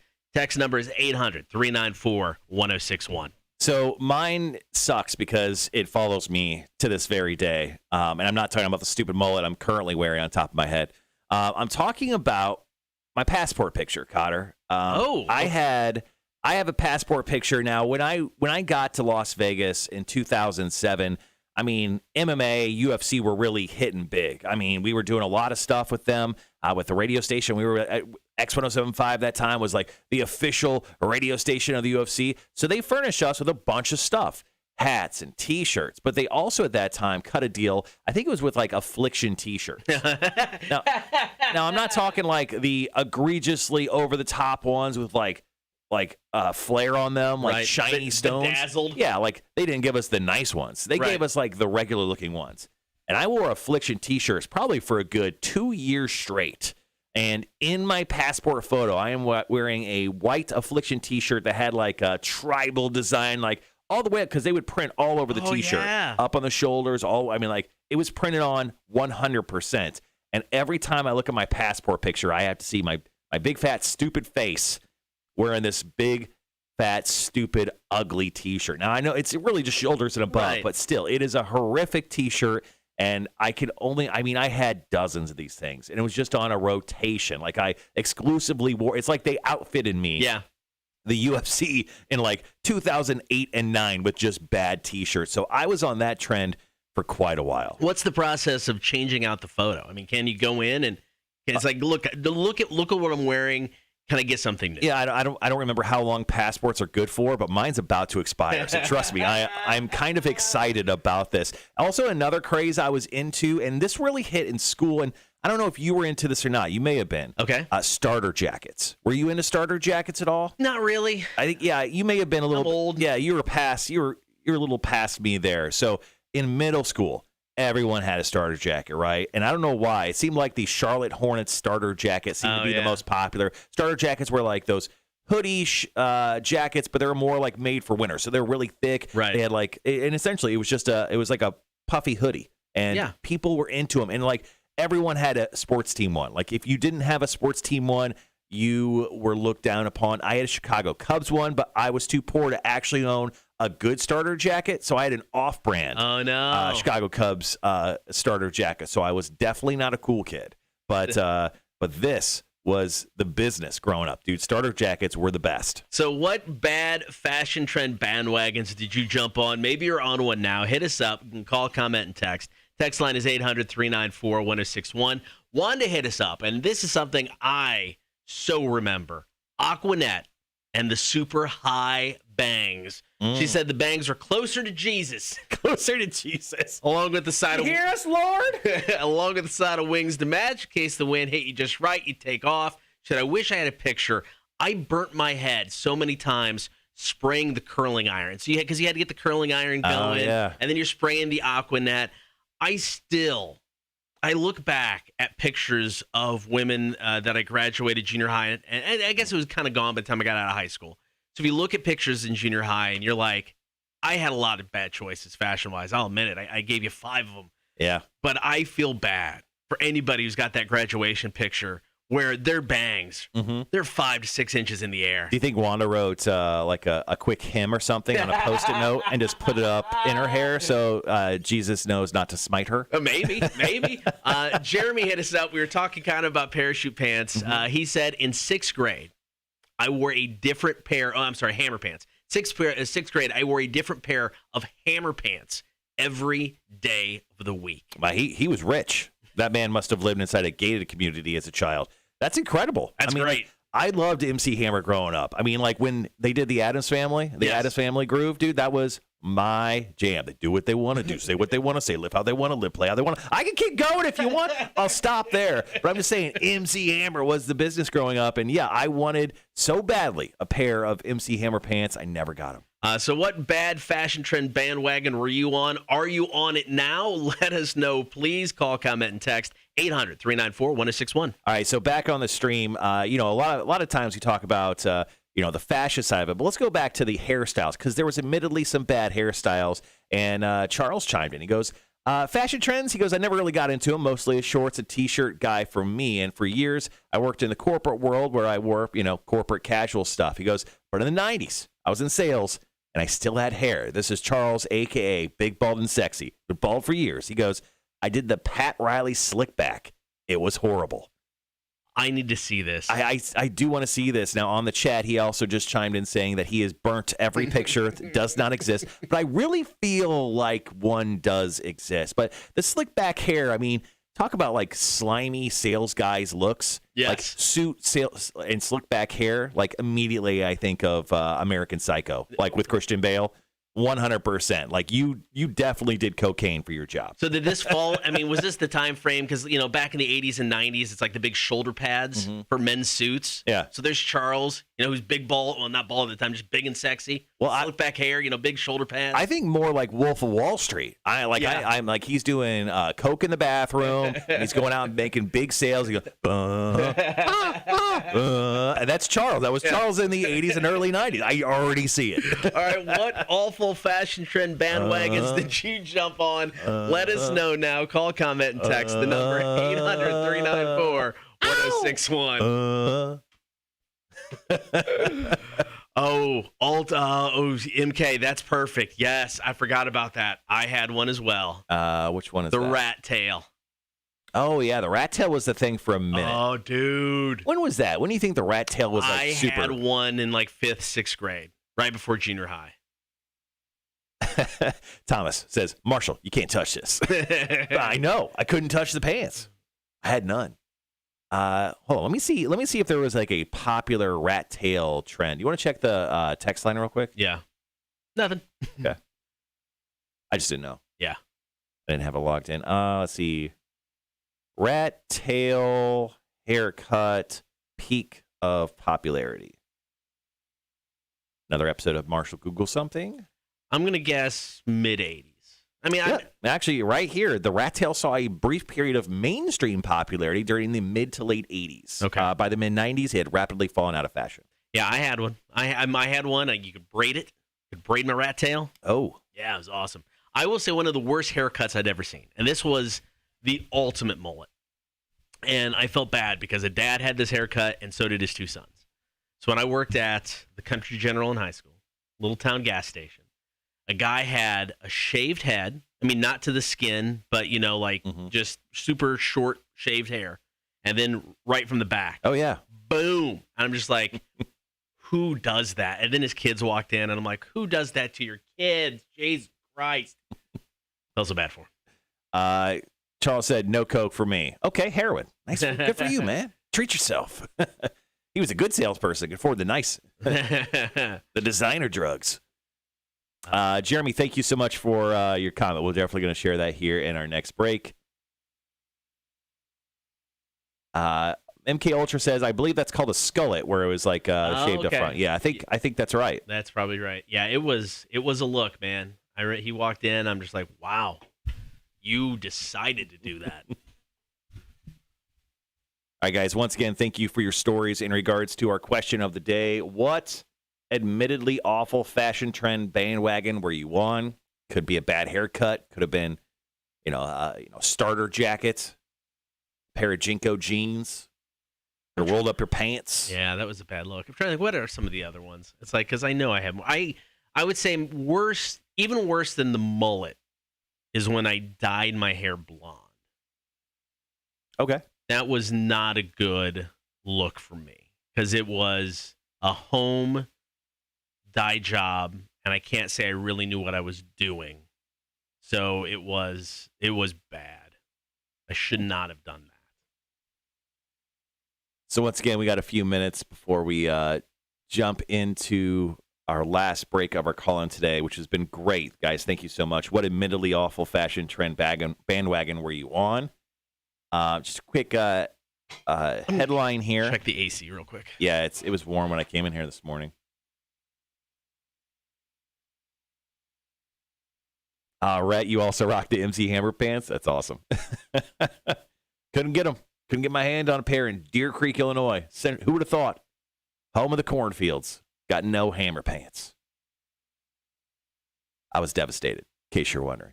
And in case anyone wants to donate a pair of Hammer pants to me, please feel free to mail us a pair here to the radio station, 401 Mall Boulevard.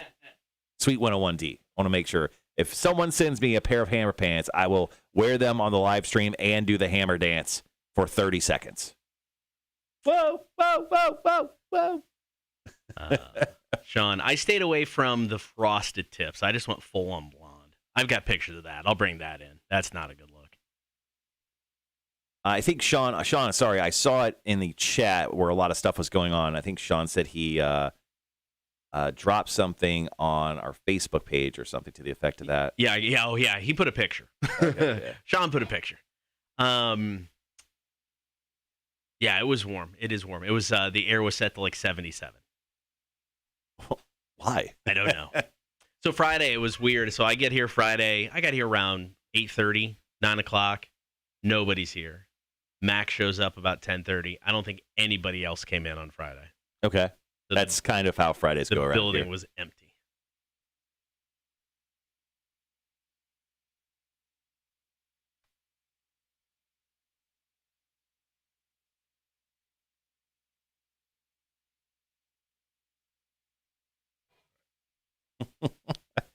Sandy, thank you for that. All right, sorry. I'll be right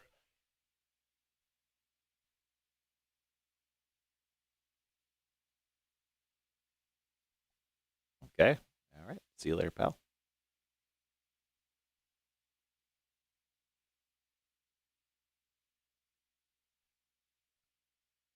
So do you guys know what Zubaz pants are? They're like the equivalent of like MC Hammer pants, but they're just uglier.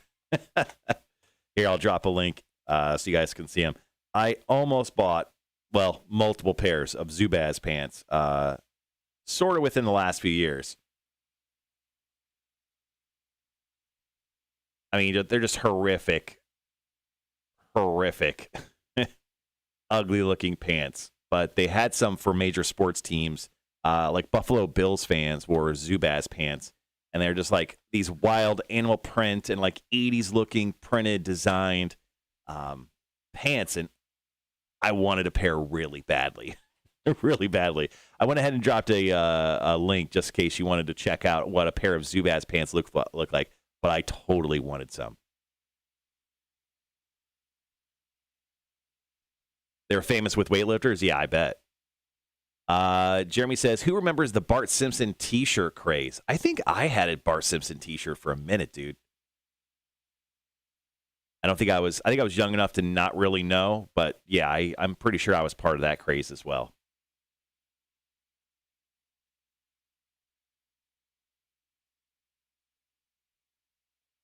All right, guys, we're going to come back with our last break of this question of the day about fashion. After that, we're going to jump into a quick story about Michael Keaton, Batman, the original Batman, one of the original Batmans, movie Batman. Him having an issue with email.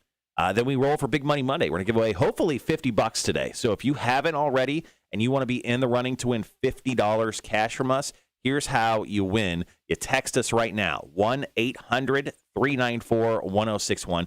Text us that first name and then a number between 1 and 9. Once again, text us your first name and then a number between 1 and 9. We'll randomly choose one person to roll for this morning with Big Money Monday. Your chance to win a $50 gift card, like Visa gift card from us. Just go ahead and drop in your info via text, and we'll start rolling here I think we'll roll actually in 15 minutes. So go ahead and text us. Let me roll on this big bitch right here. She's beautiful.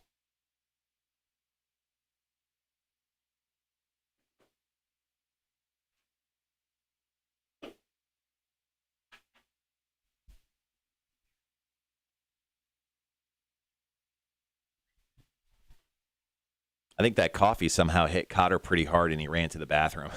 You're 100% It was an unexpected departure from you, and I was like... Coffee got the best of me. Yeah, coffee hit real hard this morning. I was like, I think I make it. And I'm like, nope, not going to make it.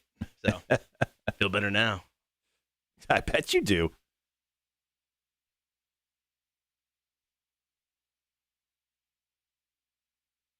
All right, we got about a minute. So, I forget who it was. Jeremy mentioned, he goes, do you remember the Bart Simpson t-shirt craze? Oh, shoot. Yeah, 100%. Gibby says, I have a Bart Simpson t-shirt he uses for yard work. I totally remember that. I think I had a Bart Simpson t-shirt, but I was so young at the time that I don't remember the craze of it or anything. Right.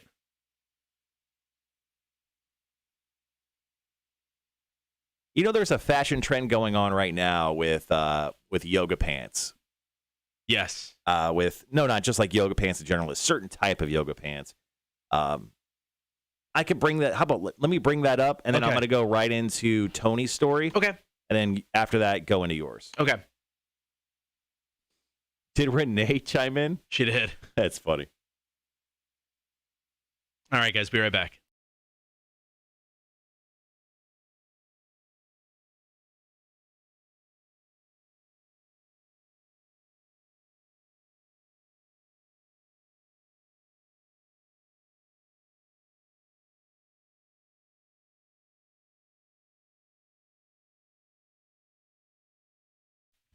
What admittedly awful fashion trend bandwagons were you on back in the day, or are you totally into right now? Call, comment, and text.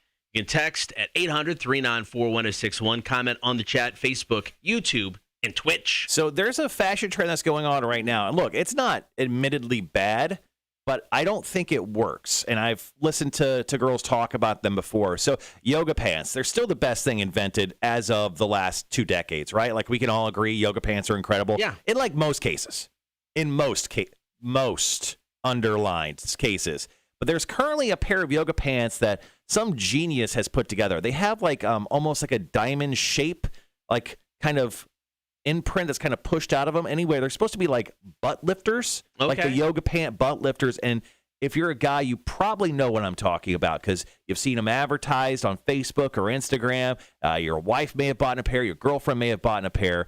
But our coworker, Stacy, who works for Hot 98.3, just in the other room, actually right now, she actually bought a pair of these butt lifting yoga pants. And once again, they have almost like a diamondy shape to them that's kind of they're supposed to help lift the butt. Sure. Make the butt look super dope or whatever, they're going for. But they do not work. She has told me flat out, these don't work. And I think they technically are a bad fashion trend. It's like buying those copper bracelets. I think it's junk science. It's like they threw junk science inside of yoga pants and we all bought in. So good for them. Good for them. But I still think that's a bad fashion trend. Give me old school fashion, yoga pants. It's the kind I like. Good old American flat yoga pants. Sean hit us up. He talked about the Jankos. He was in on that. But he also said mismatched tube socks. And at one point in my life, a much younger point in my life, And he actually dropped a picture of this on the Facebook page.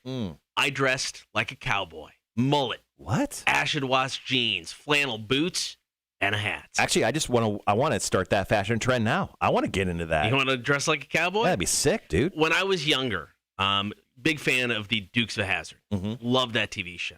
I remember on Sundays, would come home for church and be like, Mom, dressing like Dukes of Hazzard today. They're my jeans, flannel shirt, my cowboy boots, and it was a Bo or Luke Duke, whichever one, all Sunday long. I think I could pull off a cowboy hat.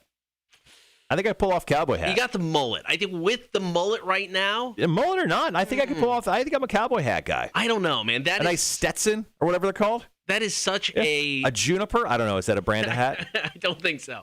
It's such a particular look. I mean, not everybody can do it. The black steer. I'm just making up hat brands. That's what you do on a Saturday. Yeah. We also got hit up by Michael. He said in high school, I went into the whole emo phase. Yes. All the emo shirts. Yes. Chain wallet. Even dyed my hair black. He put the eyeliner on too. He probably doesn't admit it. If you're gonna go full emo, you gotta go eyeliner. Yeah, you absolutely have to. Going back over to the stream here, Cotter. How about Tony? She goes, I think the trend I most regret was wearing the stirrup pants with the slouch socks. So it was like the basic bitch like starter pack. Yeah. She probably had a pumpkin spice latte in her hand. She had a very large purse with nothing in it. Like nothing that you needed. Right. She had a very large purse too. This is what I'm guessing, and probably a scarf of some kind. Yeah, a little accoutrement to the outfit. So yeah, she goes, what the hell was I thinking? I don't know why I ever joined that trend. My wife, one thing she hates to this day was the adult onesie. So this was once again probably back junior high and high school for us. So it was like a long sleeve shirt for women, but it was a onesie. So it came down and snapped around the crotch.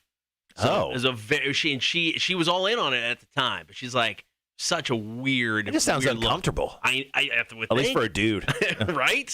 I mean, yeah, it would probably keep coming unbuttoned with our boys down there, kind of rubbing up against the boo. Yeah, a lot of chafing. Going back to the stream, Jeremy says when the Beastie Boys were on fire, me and my friends wore white shell toe shoes, white tee, and Dickie khakis, and the worst fashion horror for me was the overall shorts. The overall shorts. Oh, dude. Yes. I had that's a pair look. of those. Yeah. Like if you wear a pair of overall shorts, you absolutely have to You have to have a jug with you at all times. Just in case, I want you to like join in on a country ditty. In high school, I blame Will Smith in Fresh Prince of Bel-Air. How dare you? Because he had the overall shorts, but I had a pair of those in high school. I love those. I occasionally, not all the time, occasionally undid one. Did you like to shoot some basketball? No, I sucked at basketball. I can't blame Will Smith for that. All right, so if you have a story, awful fashion trend bandwagons that you jumped on maybe in your youth or you're on now, you can continue to hit us up. Text us in 800-394-1061. We got Big Money Monday coming up. It is your chance to score a $50 gift card, giving away our boss's money. Here's Bring Me the Horizon. It's Teardrops, Rock 1061. Sandy had a couple of them that we didn't get to while we were on the air. She goes, parachute pants were a thing, and I wore the hell out of them. Oh, yeah. She also said, Mommy was always been a beautiful fashionista, and when I was younger, way younger, she sent me to school with a beehive hairdo. I remember it like it was yesterday. I thought I was the bomb, or should I say, I thought I was the bee's knees. Whoa. You were, Sandy. You absolutely were. That is awesome. I found a picture of my mom. She rocked also a beehive as well. Really? Yeah. Okay. Back in the day, it was like one of those J.C. Penney pictures. She was wearing like the velvet dress or whatever up on her shoulders, and then just the bee-do with some earrings. That's pretty awesome. Funny. Thomas said he went through. He said I went also hard on the old man slacks and flannels. I still have a pair put up. I'll post a pic at some point on the Discord. That's awesome.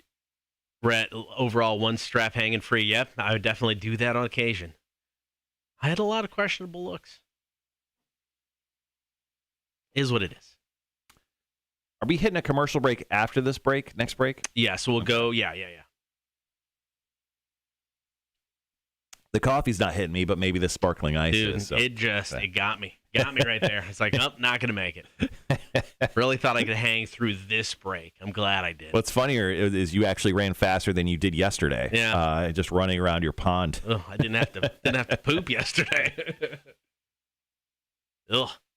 Wanda says the 90s are back, and I'm so tempted to attempt the look. Which look? The overalls?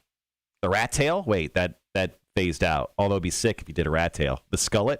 The skullet. Just get a starter jacket. It's about to be fall time. See, those starter jackets, I mean, they held your heat in. Those were 100% fantastic coats, winter coats. We got to get my daughter a winter coat because she's up in Arkansas and it snows. So we couldn't find one here, obviously. And we were hoping to find her one, she could try on instead of just ordering it online. Maybe just revisit the starter jacket. Took her to the Burlington Coat Factory right over here. That's true. I mean, it's a factory full of coats. But what are you doing? It's in the name.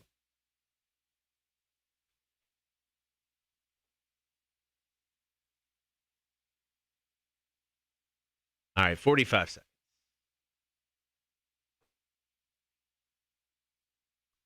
Gibby says the weed stash keychains. I don't think I ever seen this. Did you ever see those? No. Not a weed guy. Just straight up cocaine for me. Wanda says we had the FSU starter jacket. We wore that thing out. I bet you did. Dude, starter jackets were the business back in the day. We're definitely the business back in the day. I've never truly owned a real starter jacket. Right. All right, guys, got about 10 seconds. Be right back.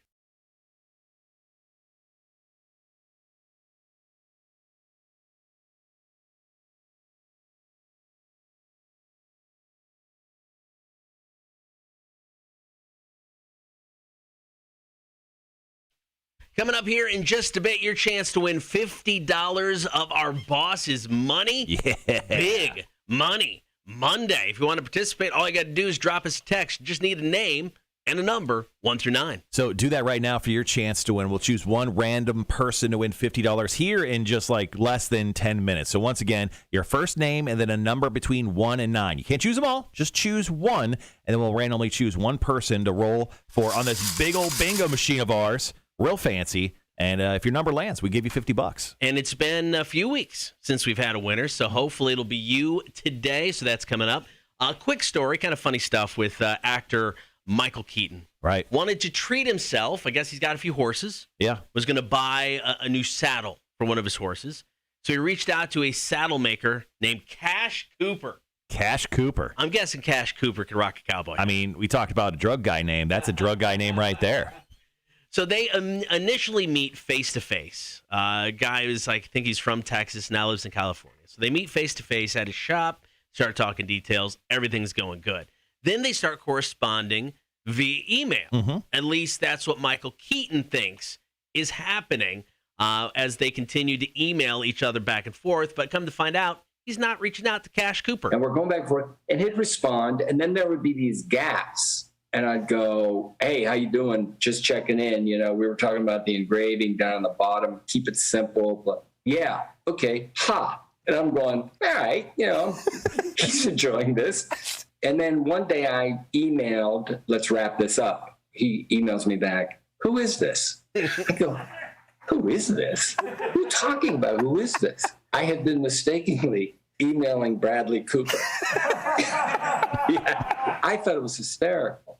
And he said, I thought it was really a great gag, but I kind of ran out, because you were getting really specific.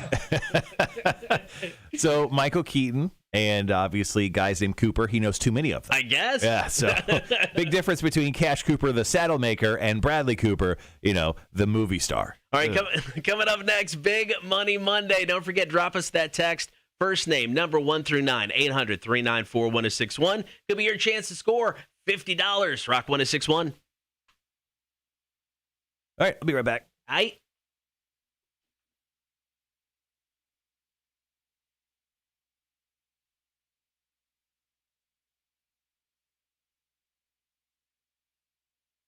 All right, guys. All right, drop us those.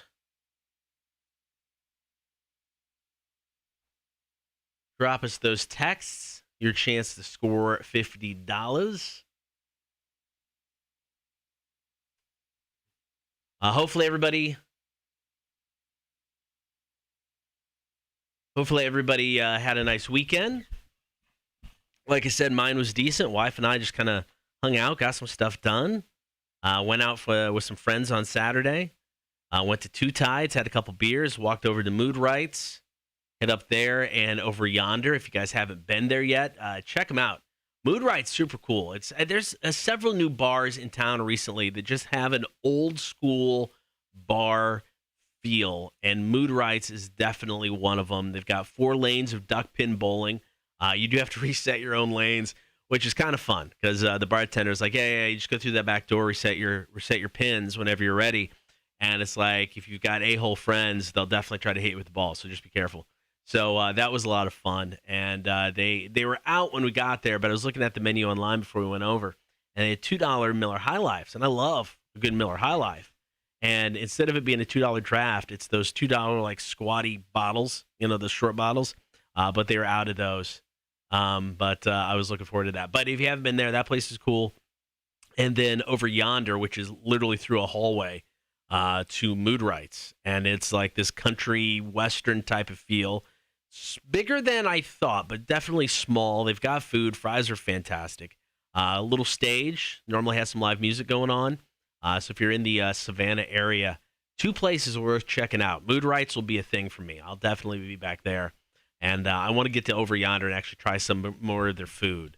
French fries are delicious. Kind of taste like those hand-cut fries. Nice and salty. Very good. Yeah, you guys should. It'd be a fun date night if you guys can make it out that far. A little bit much of a drive, Sean. I get it. Oh, Sean, my wife loves the strawberry jam preserves pony. Thank you, Charles. Loves the strawberry stuff. We had some of that, or she had some of it this weekend. Absolutely loved it. So she says thank you.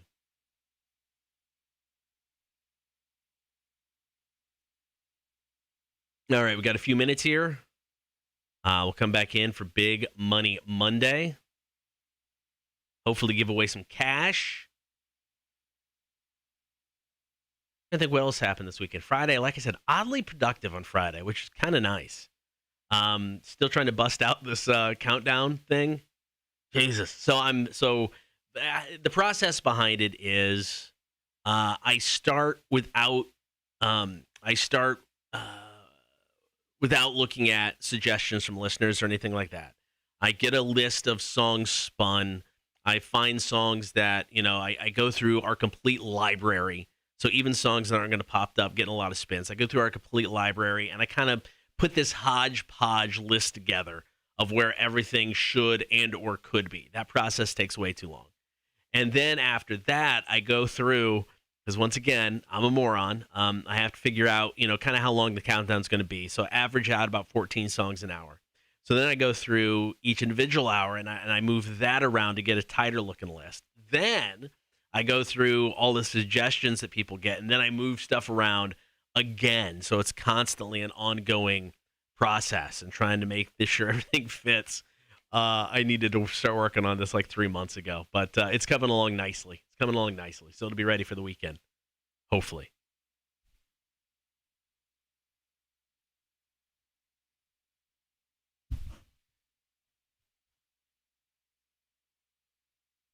I think it was the regular one, Gibby. Yeah, it wasn't spicy.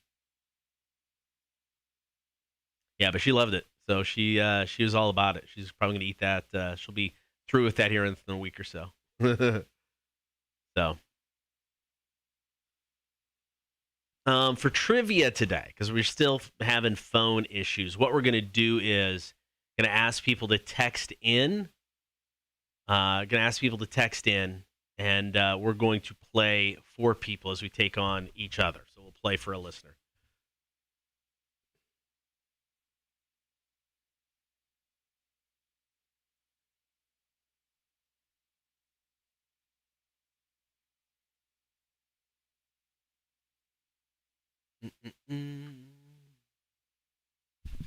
Hey, A-Dub, how's it going?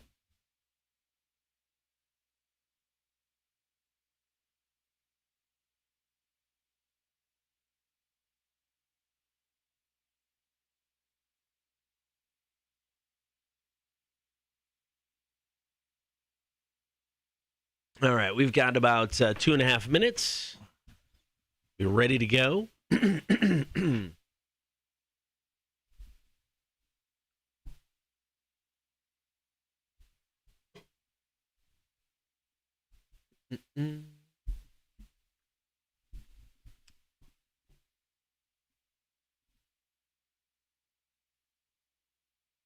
Okay.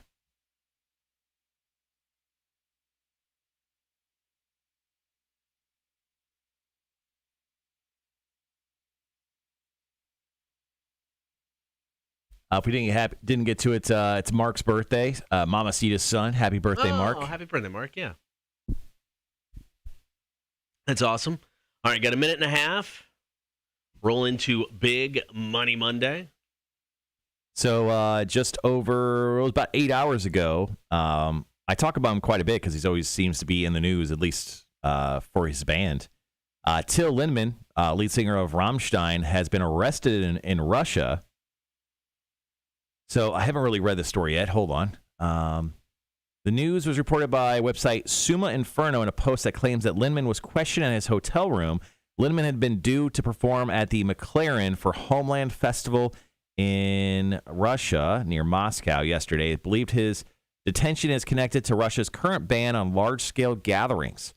A post of the festival website claims the festival did adhere to the current regulations, which attendees separated into groups of 500. Local news reports claim that Lindemann's agent, Anar Ryband, has also been arrested, faces accusations of lying about his intentions when entering the country on a tourist visa. Whoops. Yeah. All right, we got about 30 seconds.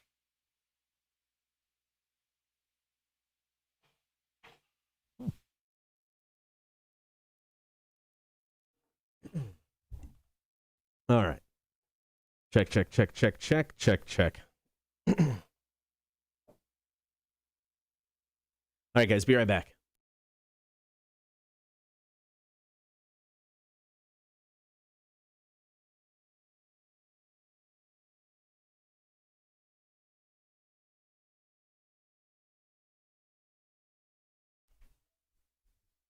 Good morning. Thank you for hanging out. Cotter and Marshall Show coming up this weekend. It is the biggest countdown we have ever done here on Rock 106.1. It is our 20th anniversary countdown. So big, it's going to start 10 o'clock Friday morning. Oh, starting early. Yes, and it's going to go all the way through Monday, probably early evening. Okay. It's girthy. It's a girthy countdown. Well, there's so many songs. Got to get to all the songs. So big thanks to everybody who sent in those suggestions. But the countdown, it does start this Friday morning at 10 o'clock. Right now, though, got to take care of some business, man. I really want to give away our boss's money. He's hanging out with the Horde on the stream now. So always like giving away his money. In front of him. I know, especially when he's right there. His fingers are crossed. Don't give away my money. A-Dub, we want to give away your money. So we're going to play for Sarah today. Okay, Sarah. Sarah chose the number 8. Yeah, luck. Be a lady tonight. Sarah and the number 8. Once again, Big Money Monday. Our boss is watching. No big deal. Man, it'd be really awesome if we gave away money right now. I would love it. I would love it. All right, so let's go ahead and give a spin for Sarah with our fancy bingo machine. Very high tech. So if the number 8 appears in any form or fashion on one of these balls, she will win $50. Cotter, the number is 53. Ah! I know. If you add them together, it's 8. Does that count? I don't think it counts. Dang it. Sorry, we can't bend the rules. All right, back at it next Monday. Another chance for somebody to score $50 with Big Money Monday. Coming up after 8 o'clock, we got the Dude of the Week death match. You can vote now on the Cotter and Marshall Show Facebook page. We've got both stories coming up. Stick around. It is the Cotter and Marshall Show, Rock 106.1. I know, Sarah, we failed you. I apologize. I mean, close though. I feel like we're getting closer. Like, yes. I feel like next week's going to be the week, guys. Like we've gotten way off point. We got some bad numbers for people, but I think that's an omen right there. 5 + 3 is 8. Very close for Sarah. I think next week, someone write this down. We're going to get a winner for Big Money Monday next week. I hope so. Damon says, bit late to the jump on the stream, but my thing isn't really a trend so much just a bad fashion choice. I was 10 or 11 at the time, and I was wearing a button-down jacket. Okay, that seems normal. Yeah. It was really just a button-down shirt that I wore over a T-shirt. Okay, yeah, that's pretty legitimate. He goes, with a pair of cargo pants that had a zipper at the knees that would turn them into a pair of cargo shorts. Yeah. I remember those. It's like an outdoorsman type of look there. Like you looked like, what's his name? The guy who co-hosted the Home Improvement show, Tool Time. Oh, right. Al Borland. Yes, You had an Al there you go. Borland look to you. That's awesome. Sean says, if you do fire the money gun at the camera, I definitely would have. Trust me. But I can't. Gotta wait for a winner. It does take a really long time to pick up 100 fake dollar bills. So not going to do that. All right, question for you guys. Oh, yeah, Bear Grylls. He definitely had that look. Question for you guys on the chat. I found a new podcast. They're talking about, it's just talking about movies. They break down movies. Recently listened to one about Superbad. I'm like, man, I haven't seen that since it came out. It was like 2007. They said Superbad is in the top 5 comedies of the 21st century. Do you believe that to be the case? Where would you rank Superbad? I'm going to go back and watch it this week. I hope it stands up. I think it'll stand up. But if you guys had to rank that somewhere, is it that good? I mean, I don't remember. Like I said, I don't think I've seen it since 2007.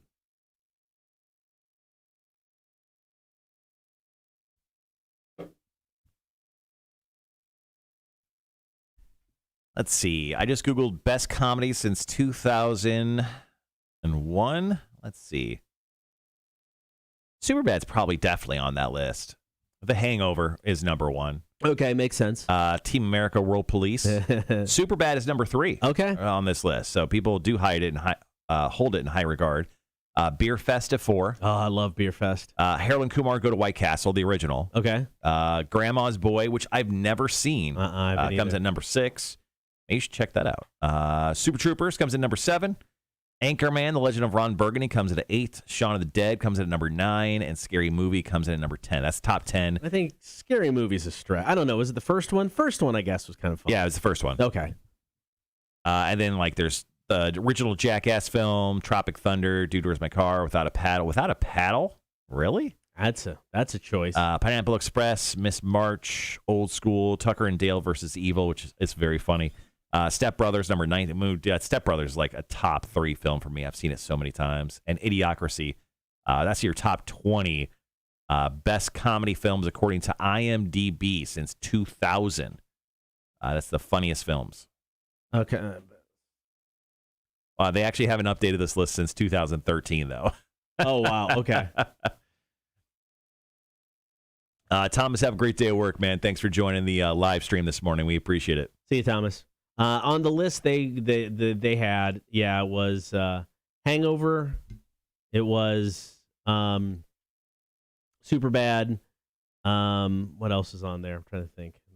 That list is not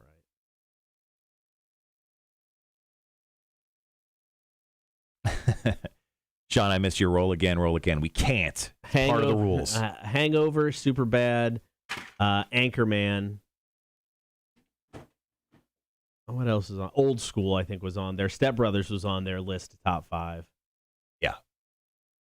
I don't remember what the other one was. Oh, Borat. Borat was the other one that was on their list. Borat was a film that I literally cried. I cried laughing so hard in the movie theater. The naked fight scene, I was dying. Everyone was dying in that movie theater when I went and saw it. They've already renewed Cobra Kai for season 5 ahead of the season 4 premiere. It's turning into a juggernaut. Yeah.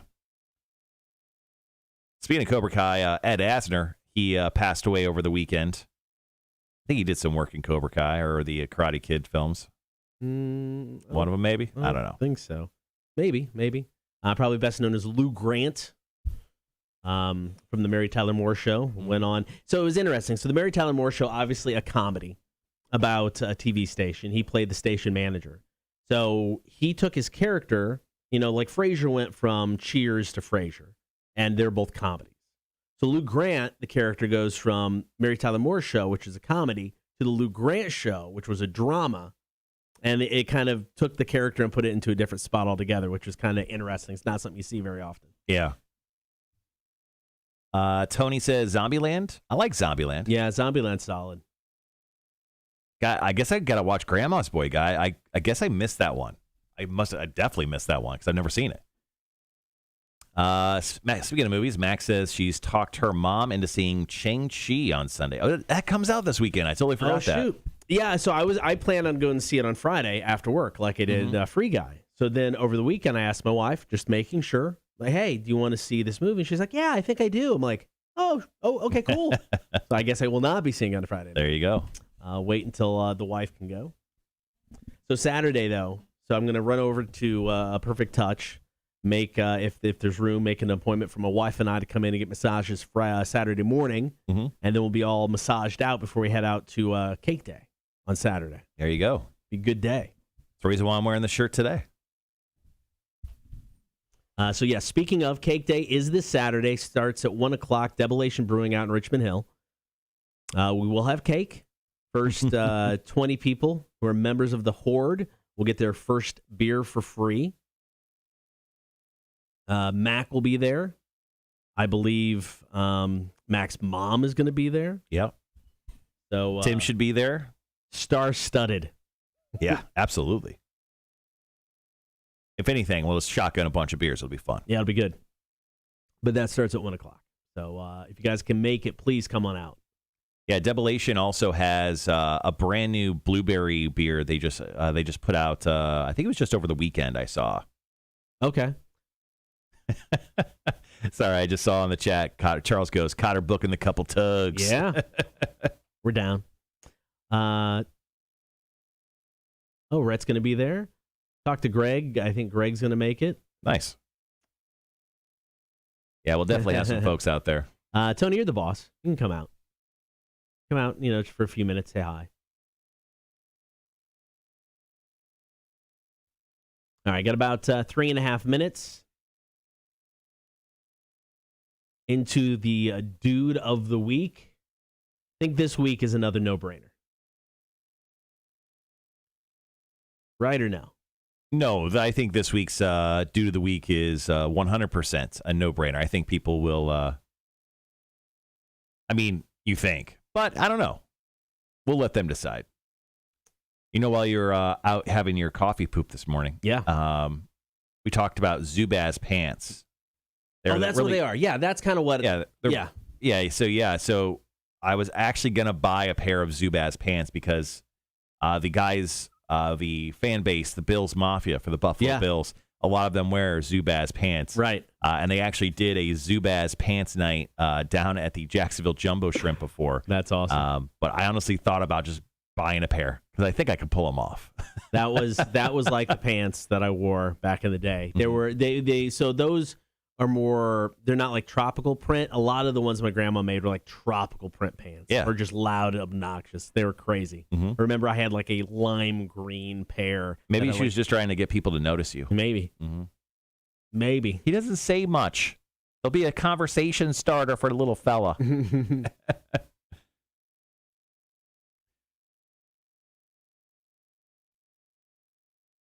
All right. So we're going to jump into the Dude of the Week this hour. We'll also play some trivia. What else we got? And then we'll chat up about fantasy football. We'll need to be picking our winners this week. So get to the website, get signed up. Yeah, due to phone issues, I don't know if we'll be able to take any on the air or not. We'll see where we're at later in the week.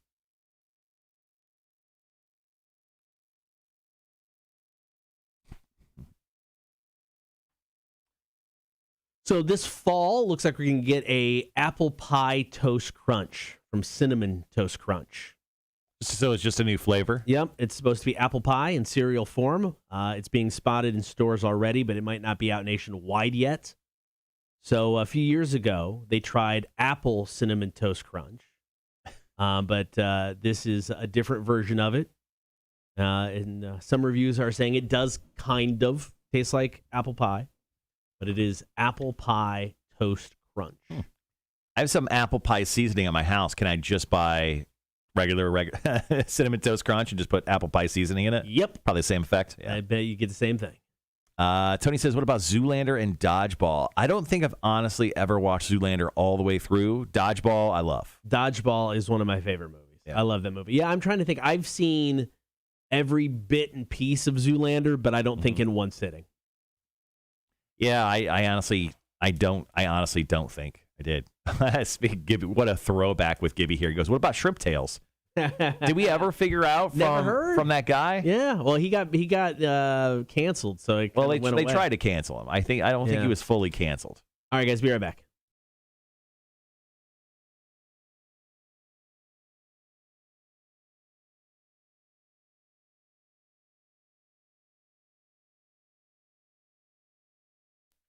What's up, guys? Good morning. Thank you for hanging out. Don't forget, we got that stream thing going on. You guys can join the horde. Watch the show, Facebook, YouTube, Twitch. While you're there, be sure to like, follow, and subscribe as well. Right now, let's take care of some business. The Dude of the Week Deathmatch. Cool! A freak show! Let's check it out! The Dude of the Week Deathmatch on the Cotter and Marshall Show. Rock 106.1. So I think the Dude of the Week this week is a no-brainer, but we'll see. We'll throw both of them out there. It is up to you guys. You can vote now on the Facebook page, the Cotter and Marshall Show page, or on the chat. Dude number one, Lance Barr. Now, there's a really good chance Lance Barr had an impact on your childhood. Right. You just don't know it. This is the guy that designed the consoles for Nintendo of the NES and the SNES. And after 39 years with the company, Lance Barr is retiring from Nintendo. So he served as the design and brand director since 1982. He made, both the NES and the Super Nintendo, even redesigned the NES into that more like tiny slick curve thing where you just like popped in the NES cartridge from the very top. Yep. Super cool. He also designed the Nintendo Wii, which was a console that everyone had because you could bowl with it. I don't know, it blew people's minds. But the Wii nunchuck, like the like square controller that had the little cord that came with like a little analog controller that was called the nunchuck. Yeah. He designed that as well. This dude has worked for Nintendo forever, and he's finally retiring. And this guy probably changed, or at least brought so much joy to so many people's childhoods. I mean, the NES sold over 60 million units worldwide. I mean, it was, I remember buying my first NES, and it was such a game changer because like you had the Atari, you played Pong, and you had the paddles, you had like a button and a joystick. Yeah. You get the Nintendo, and you're like, oh man, a control pad with arrows and multiple buttons. What am I doing? I mean, game changer. Yeah, and Super Nintendo, they were the first company that brought on like the shoulder buttons, like the right and left on the very top. Like they were a game changer there. So this dude did so much. I mean, like I remember like every kid on my block that was my age, everyone had a Nintendo, every single one of us. So it was super cool. All right, option number two, much more serious tone with this one, Thomas Walker. Now, Thomas, he saved the lives of two young family members over the weekend. Unfortunately, Thomas drowned in the process. Now, they were at Lake Michigan on Sunday when Walker saved the two children. There's not a lot of details as to what happened. They were out in the water. He went in after him. Now, according to his family, he was a kind soul, an amazing uncle to his niece and nephews. Now we lost him, and how we lost him is a testament to how great an uncle and all-around guy he was. He never met a person who didn't like him. He will be greatly missed. Yeah, so he passed away in a drowning incident in Lake Michigan. This is a Missouri guy in Lake Michigan who passed away, but he saved two children in the process, his niece and nephew. So this is great stuff. So these are our dudes of the week. Completely different sides of the spectrum, but it's not up to us. It's up to you. So feel free to text us at 1-800-394-1061 on who should be the dude of the week. You can just say Nintendo guy or Lake Michigan guy. Doesn't matter. That, or you can vote right now on our Facebook page. All right, so hit us up. We'll announce the winner coming up after the Foo Fighters. This is Making a Fire, Cotter and Marshall Show. Good morning, Rock 106.1. All right, guys, go ahead and drop in your votes for the Dude of the Week death match. Sean says he votes for Nintendo guy. You keeping a tally over there? Yep. Sean votes for tally or for the Nintendo guy. Rhett just wrote up, down, left, right, BABA starts. I'm guessing it's for the Nintendo guy. Rhett actually has changed his vote. He's going to Lifesaver Guy. Okay. Charles goes Drowning Uncle. I think we had a couple votes on the Facebook page. Check that out. I'm not gonna lie. I'm gonna vote for Lance Barr. He brought me amazing enjoyment as a child. I choose him. Okay.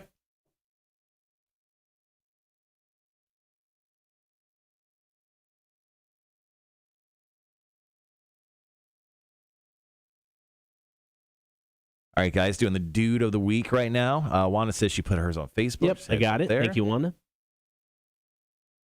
Gonna talk some fantasy football coming up next, and then we'll do some trivia. Since we still have phone issues, what we're going to do is allow everybody to text in. So you're going to text in your first name, and then you'll also text either Cotter or Marshall, and we'll each select a person that we're going to play for. And if we win, they win stuff.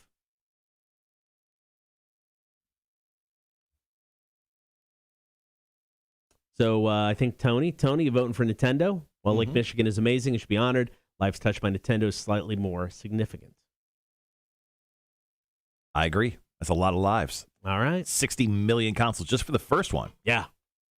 Actually, that's a good question. Let's Google how many SNESs were sold. And then, I mean, obviously, he didn't necessarily design the. I mean, didn't necessarily design the Wii, but he had he helped design one of the most important parts of the damn thing, which is the nunchuck. Yeah. So yeah, and that sold even more. So almost 50 million Super Nintendo consoles were sold. Okay. So approximately 49.1 were sold worldwide, with 23.35 million sold in the United States and 17.17 sold in Japan, and the rest sold elsewhere.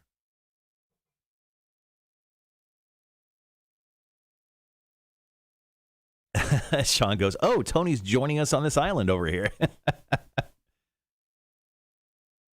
Yeah, the Lance Barr, he did some great stuff, man. I mean, so did the other guy, but you know. All right, we got just over a minute.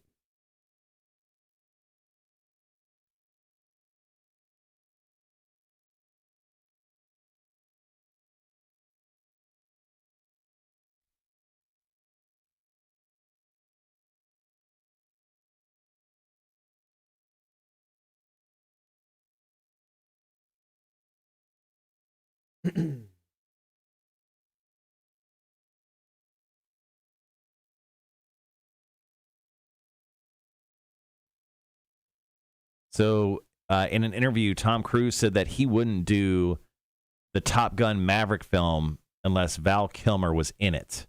They said the Top Gun reunion between Cruise and Kilmer was very emotional. Okay, I see. I didn't think they got along. Well, the new movie comes out in theaters on November 19th as of right now. That's one I don't care about. I don't need to see it. He said, we have to have Val. We have to have him back. We have to have him in the film. Bruckheimer told People magazine, and he was the driving force. We all wanted him, but Tom was really adamant that if he was going to do another Top Gun film, Val had to be in it. That's cool. All right, guys, be right back.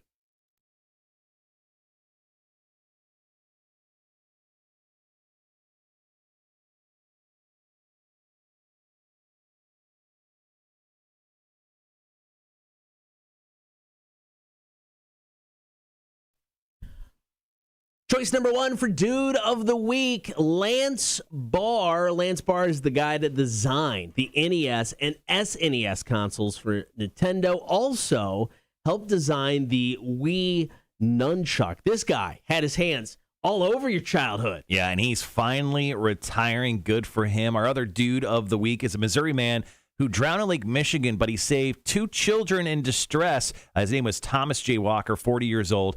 He died while aiding in his younger relatives, his niece and nephew, as they struggled in the waters of Lake Michigan. So he saved them, but he drowned in the process. It was a close matchup, but this week's Dude of the Week is Thomas Walker. Good for Thomas Walker. Man, I'm not going to lie. I voted for Lance Barr. Lance Barr brought me so much joy. Well, so much joy as a child. And somebody brought that up on the chat, and it makes sense. It's like, look, Thomas Walker should be honored. He was a hero and saved two kids. But the Nintendo. Yeah, but I love video games. But that whole thing brought joy to a lot more people. But it is Thomas Walker picking up the win, this week's Dude of the Week. All right, coming up next, we're going to talk fantasy football. Our draft is coming up this Saturday, so you got to get signed up this week if you want to get in on the Cotter and Marshall Fantasy Football League. We'll tell you how. Coming up next, Cotter and Marshall Show, Rock 106.1. Tony says, I don't think we were selfish, more like able to see the full picture of the impact. I agree. Yeah. If you got a problem with us voting for the Nintendo guy, go fuck yourself. Do I have a problem with it? No, I do not. You're upset by my opinion? Go F yourself. The Shrink Next Door. I've never heard of that. Max says, random, just watched the trailer for The Shrink Next Door with Paul Rudd and Will Ferrell. Paul Rudd does not age. No, he does not age at all. No, I haven't seen that one. Never heard of that one.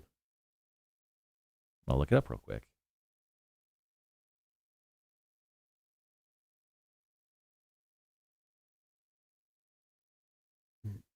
The Shrink Next Door is a dark comedy series. Has one season currently. First episode is going to air November 12th of this year. And it's going to be for Apple TV Plus. Interesting.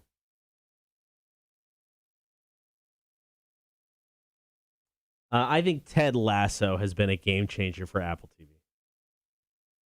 Yeah, that's been their really first big breakout hit was Ted Lasso. They just had some random award show. I don't know which one last night. Don't ask me. But I kept getting and seeing notifications for like all of these awards that were given out, and Ted Lasso won a couple of them last night. Yeah, I think who's the star in it? I can't think of his name.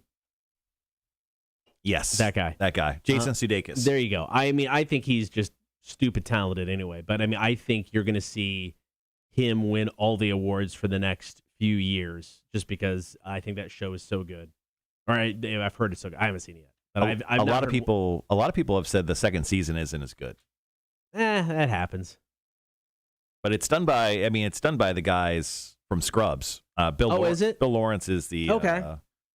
I don't know, executive producer. I don't know if he's technically the creator or not. Let me see what his title is. Yeah, but the guys from Scrubs, and Zach Braff has actually directed an episode or two in the second season. I think he might have. Did he win an Emmy for directing for that, or is nominated for an Emmy? I think he might be nominated. Who's that? Zach Braff, nominated for his directing of Ted Lasso. Oh, possibly.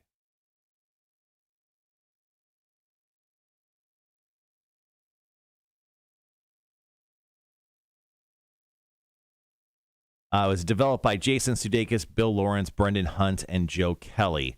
Based on a character on the same name, Sudeikis first portrayed in a series of promos for NBC Sports coverage of the Premier League.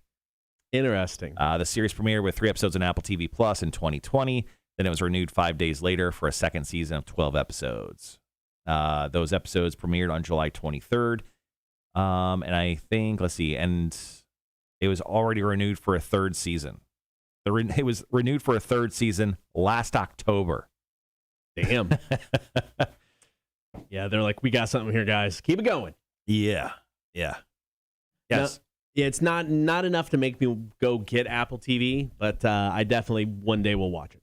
Yeah, so with PlayStation 5, if you have it, they gave out a free 6-month thing for Apple TV. Damn. But you have to watch it exclusively through your PS5. So that makes sense.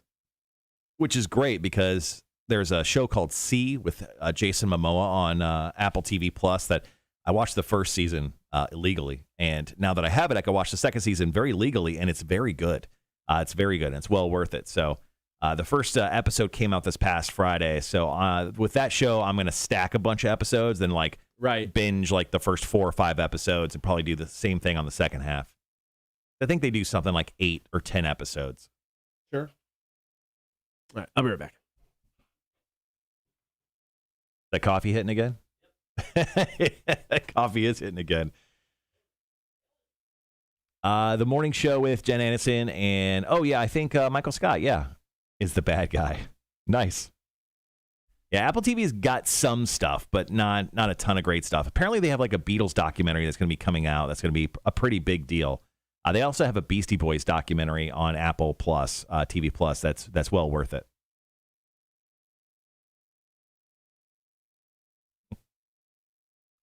You know, it's so funny over the weekend, obviously traveling a lot, so I was looking at my phone quite a bit yesterday, and Dave Kemp, who's a member of the Horde, he joins us usually pretty early in the morning, and then he bounces out because he goes to work. He and his wife went to the Friends exhibit, the same exhibit that Mac, our beautiful Mac, who does Chicks on Dudes, went to with her boyfriend, although she won't admit it, her boyfriend, a couple weeks ago. So I was like, oh, look, someone else went to that Friends museum thing. People actually like that? Good for you guys.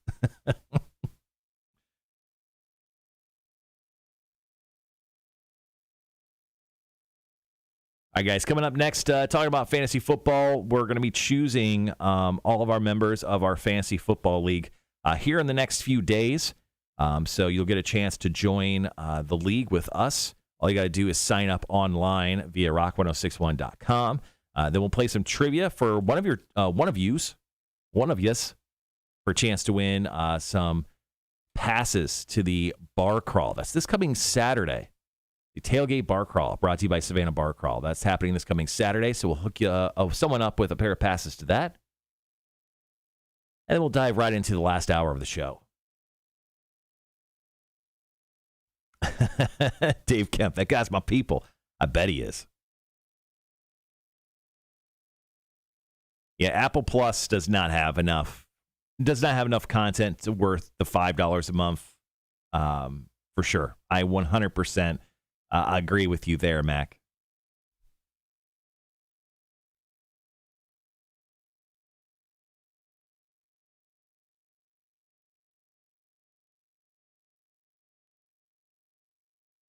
So later on in Marshall's Music News, got some news stories that we're going to break down for you, including Corey Taylor gives us a last little update on the new Slipknot album, which is very, very cool. They got a new one coming out, their 7th. I'm guessing by early next year. We've got an update on Shinedown. They're going to have some new music coming out in next year, January, so I'll tell you about that.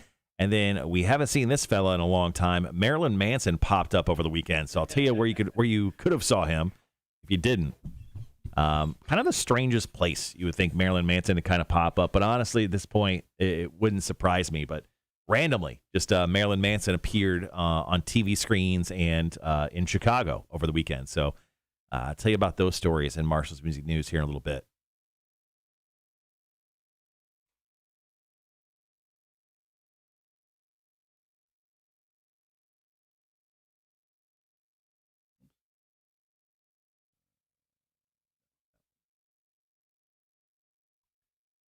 Okay. All right, 2.5 minutes. 2.5 minutes.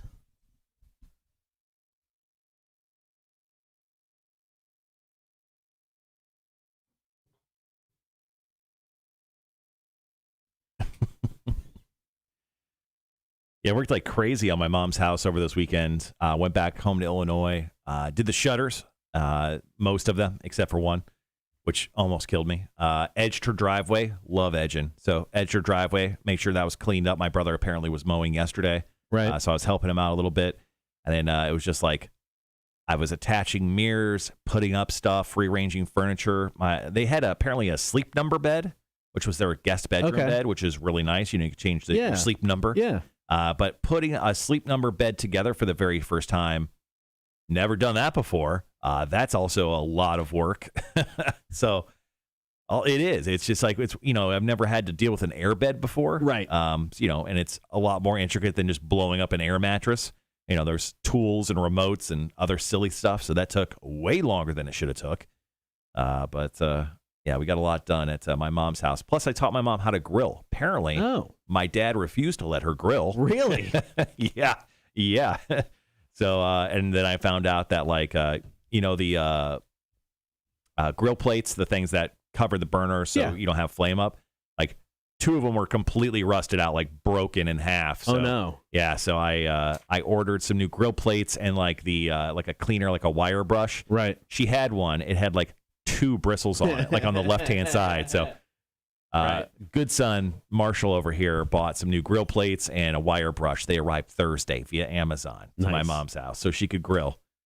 She's like, how do you turn it on? And I'm like, did you never grill? She's like, no, never. He just always did it. Yeah. I was like, oh, okay. So I'm like, you press the ignition button and then you just turn the knob. Yeah. Super easy. Make sure the propane's on. And then make sure to turn the propane off. My mom blows my house up. Blows her house up. 30 seconds. At the end of the get done talking, I'm going to tell people to text us, and then we'll split it up again. One break for your trivia and one break for mine. Okay. All right, got about 15. We'll be right back.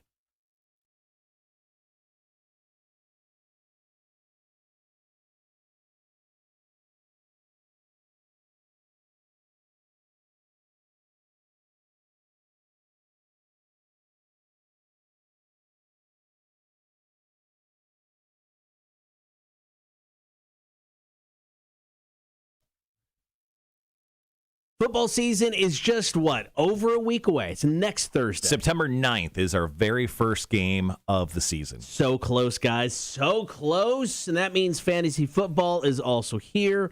The Cotter and Marshall Fantasy Football League is back, and we need 12 people to play some fantasy football with us. And the person that does the best through the season and the playoffs, is going to win a pair of Welcome to Rockville 2022 general admission passes. Now, they've already set up the dates for this. It's going to be mid-May of next year. Yes, Welcome to Rockville is already back before they're back, which is crazy to say. And once again, the festival is going to be down in Daytona. So if you want to possibly win because you are super skilled at the fantasy football, a chance at winning those Welcome to Rockville passes, you need to go to rock1061.com. So get signed up because coming up this Saturday, we're going to have our draft. And actually, going to have an in-person draft if you want to come on out with us. We'll have details about that. If not, of course, you can just log in and do it anywhere you want. But your chance to hang with us, maybe have a couple beers during the draft. But get signed up now, rock1061.com, for your chance to get one of those 12 spots. Now,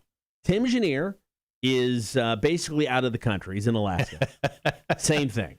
And we've been having phone issues this week. So we can't take one of you guys on in trivia. But we want to play for you. So right now, drop us a text. All we need is your first name, and then you pick one of us, either Cotter or Marshall. That's right. To play for you, and we'll give away some great stuff from Savannah Bar Crawl. So text us right now, 800-394-1061. Need your first name and who you'd like to play for you today in trivia. We'll each select one person and go head-to-head. And Are You Smarter Than a Community College Dropout Trivia? That's coming up next. Cotter and Marshall Show. Here's Pearl Jam and Yellow Ledbetter. Rock 1061.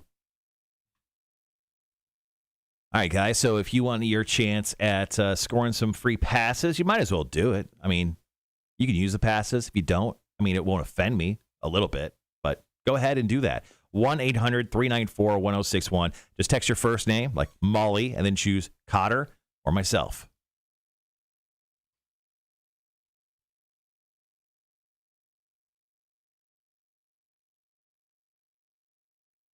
I will say, so last Thursday, you talked about getting a lot done on Friday. Mm-hmm. You said you got a lot done personally and professionally. Right.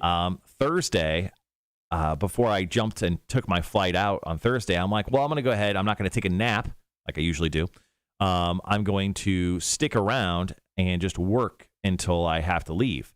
And I got so much done on Thursday before I left. I did a bunch of voice tracking. Did a bunch of other stuff. It was pretty great. Yeah. Well, it's funny. I was so productive on Friday because I'm like, I'm so ahead of the game. I got trivia. I got the first game of trivia written. I got work done. And then I spent so much time on the countdown after that, I didn't do anything else. Nothing else got done because this countdown. I'm so ready for it. I love it, and I love putting it together. It is oddly fun for me, but it's so time-consuming. So time-consuming.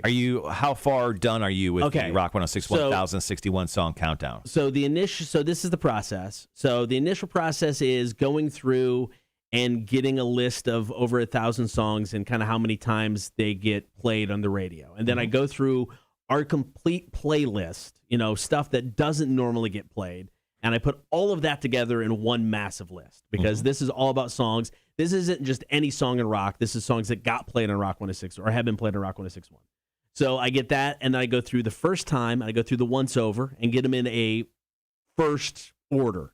Then I go through, and I have to figure out how long it's going to be. So I average 14 songs an hour. Then I go through and, fine-tune each hour. Okay. Then I go through and look at everybody's votes. Then I start throwing that stuff into the mix, and I go through and tweak it all again. I am almost done with the second of those steps to where I'm fine-tuning every hour. The next step will be to bring in everybody's suggestions, move stuff around, put stuff in, take stuff out that way. Good so, Lord. way too long. Way too long. Way too long. Want to ask a question. She goes, we're going to hit up St. Augustine. If we go to St. Augustine, where are some good places to check out this weekend? I really liked, they have so much historical stuff down in downtown St. Augustine. I didn't get a chance to go eat very much down there, but they have a beautiful amphitheater, which I've seen a bunch of shows at, with a bunch of great little local restaurants. But one place that was kind of fun that I went to St. Augustine and did was I went to the Gator Farm. I'll have to look up the official name, but it's primarily, and by that I mean exclusively all just gators. And there's lots of stuff you could do there. Let me check out what it's called. It's got an official name. I haven't been to St. Augustine in forever. The St. Augustine Alligator Farm Zoological Park. That is the name of this thing. So honestly, when it comes to St. Augustine, I mean, there's tons of museum-y stuff you could do, but you could definitely jump in there and take the kids and have a good time. So I went there with my wife, her mom, and her sister, and it was pretty fun. The most touristy of tourist traps is in St. Augustine. As a kid, I loved it. I haven't been to it in over 2-3 decades. Ripley's. They got a super cool Ripley's museum there. They got a Ripley's there too. I highly forgot recommend that. They also have a distillery there, in case you want to booze it up. They have the St. Augustine Distillery. They were doing, rum, gin, vodka. I think they were doing some other stuff. I mean, when I went there a couple years ago, they were still pretty newish. Yeah. They were in Florida has that weird law where you could only buy so many bottles from the distillery itself. Yeah. So they literally would have to zap your driver's license. You can only interesting. Yeah, in a year's time, you could only buy 6 bottles or something, or 3 bottles directly from them. But you could go around the corner and buy all the bottles you wanted from a liquor store. So it had some weird thing. All right, guys, we'll be right back.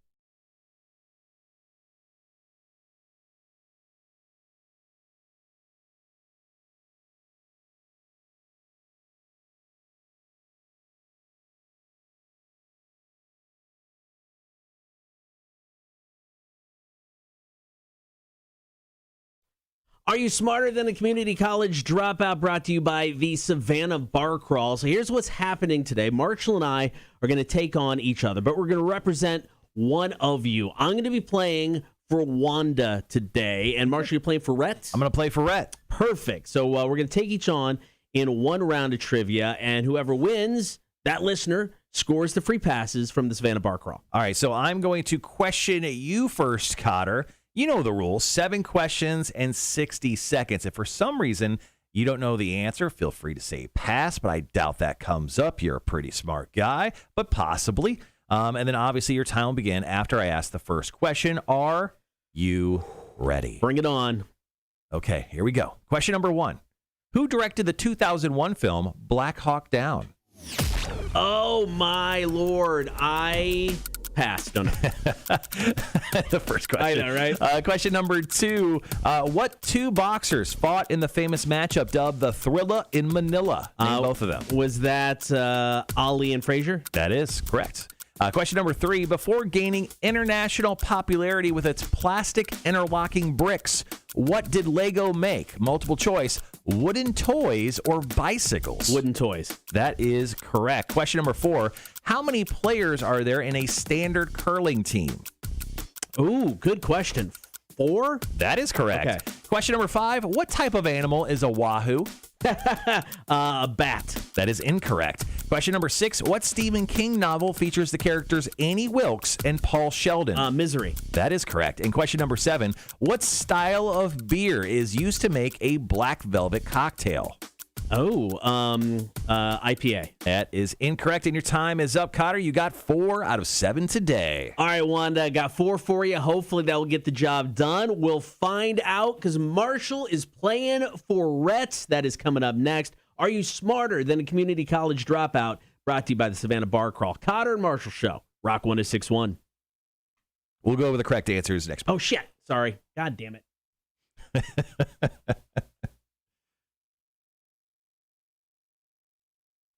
The answer to number 5 will stun you. Yeah, playing in this form continually just throws me off. As soon as we're done, I'm like, all right, we're coming back. I mean, technically, we're always coming back except for one break of the show. Yeah, it's true. Sean, that is correct. That is correct. Question number 7, what style of beer is used to make a black velvet cocktail? That is a stout. A stout. We'll go over answers real quick before we jump into my side of questions. We're in commercials right now, so we'll be back in like 5-ish minutes. Are we going to come out of commercials? No, we got a song. Okay, so shoot, we got plenty. 8-9 minutes here. Yeah. So coming back here in just a few moments for Are You Smarter Than a Community College Dropout trivia. Let's see. Tomorrow we're going to have Pop Evil live in studio, it looks like. We'll also have Lauren coming in from Connect Savannah. She'll be doing episode 3 of Explain the Bachelor, Bachelor in Paradise. We'll also quiz Marshall in the face. So a full show tomorrow. When Pop Evil gets here, should we wear gas masks? I don't know. It's weird, right? He got the COVID. Seems to be doing okay now. Got the cocoa 2 weeks ago. I don't know. What's the policy? Let's see. I mean, technically, I don't know. Maybe corporate would be like, why is he in the building?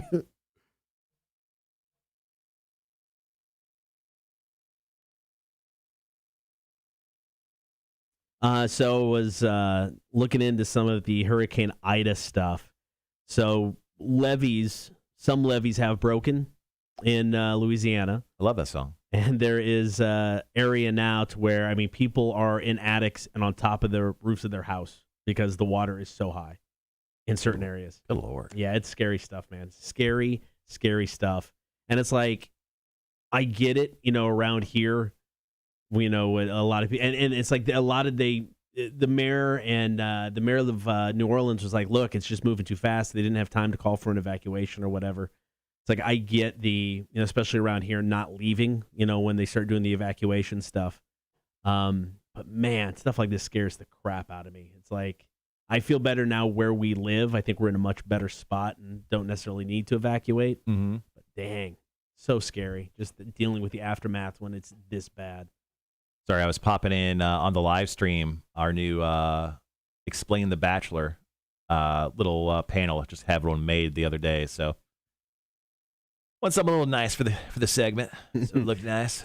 He walks in and you're all just sitting there in hazmat suits. What's up, dude? That's Sean.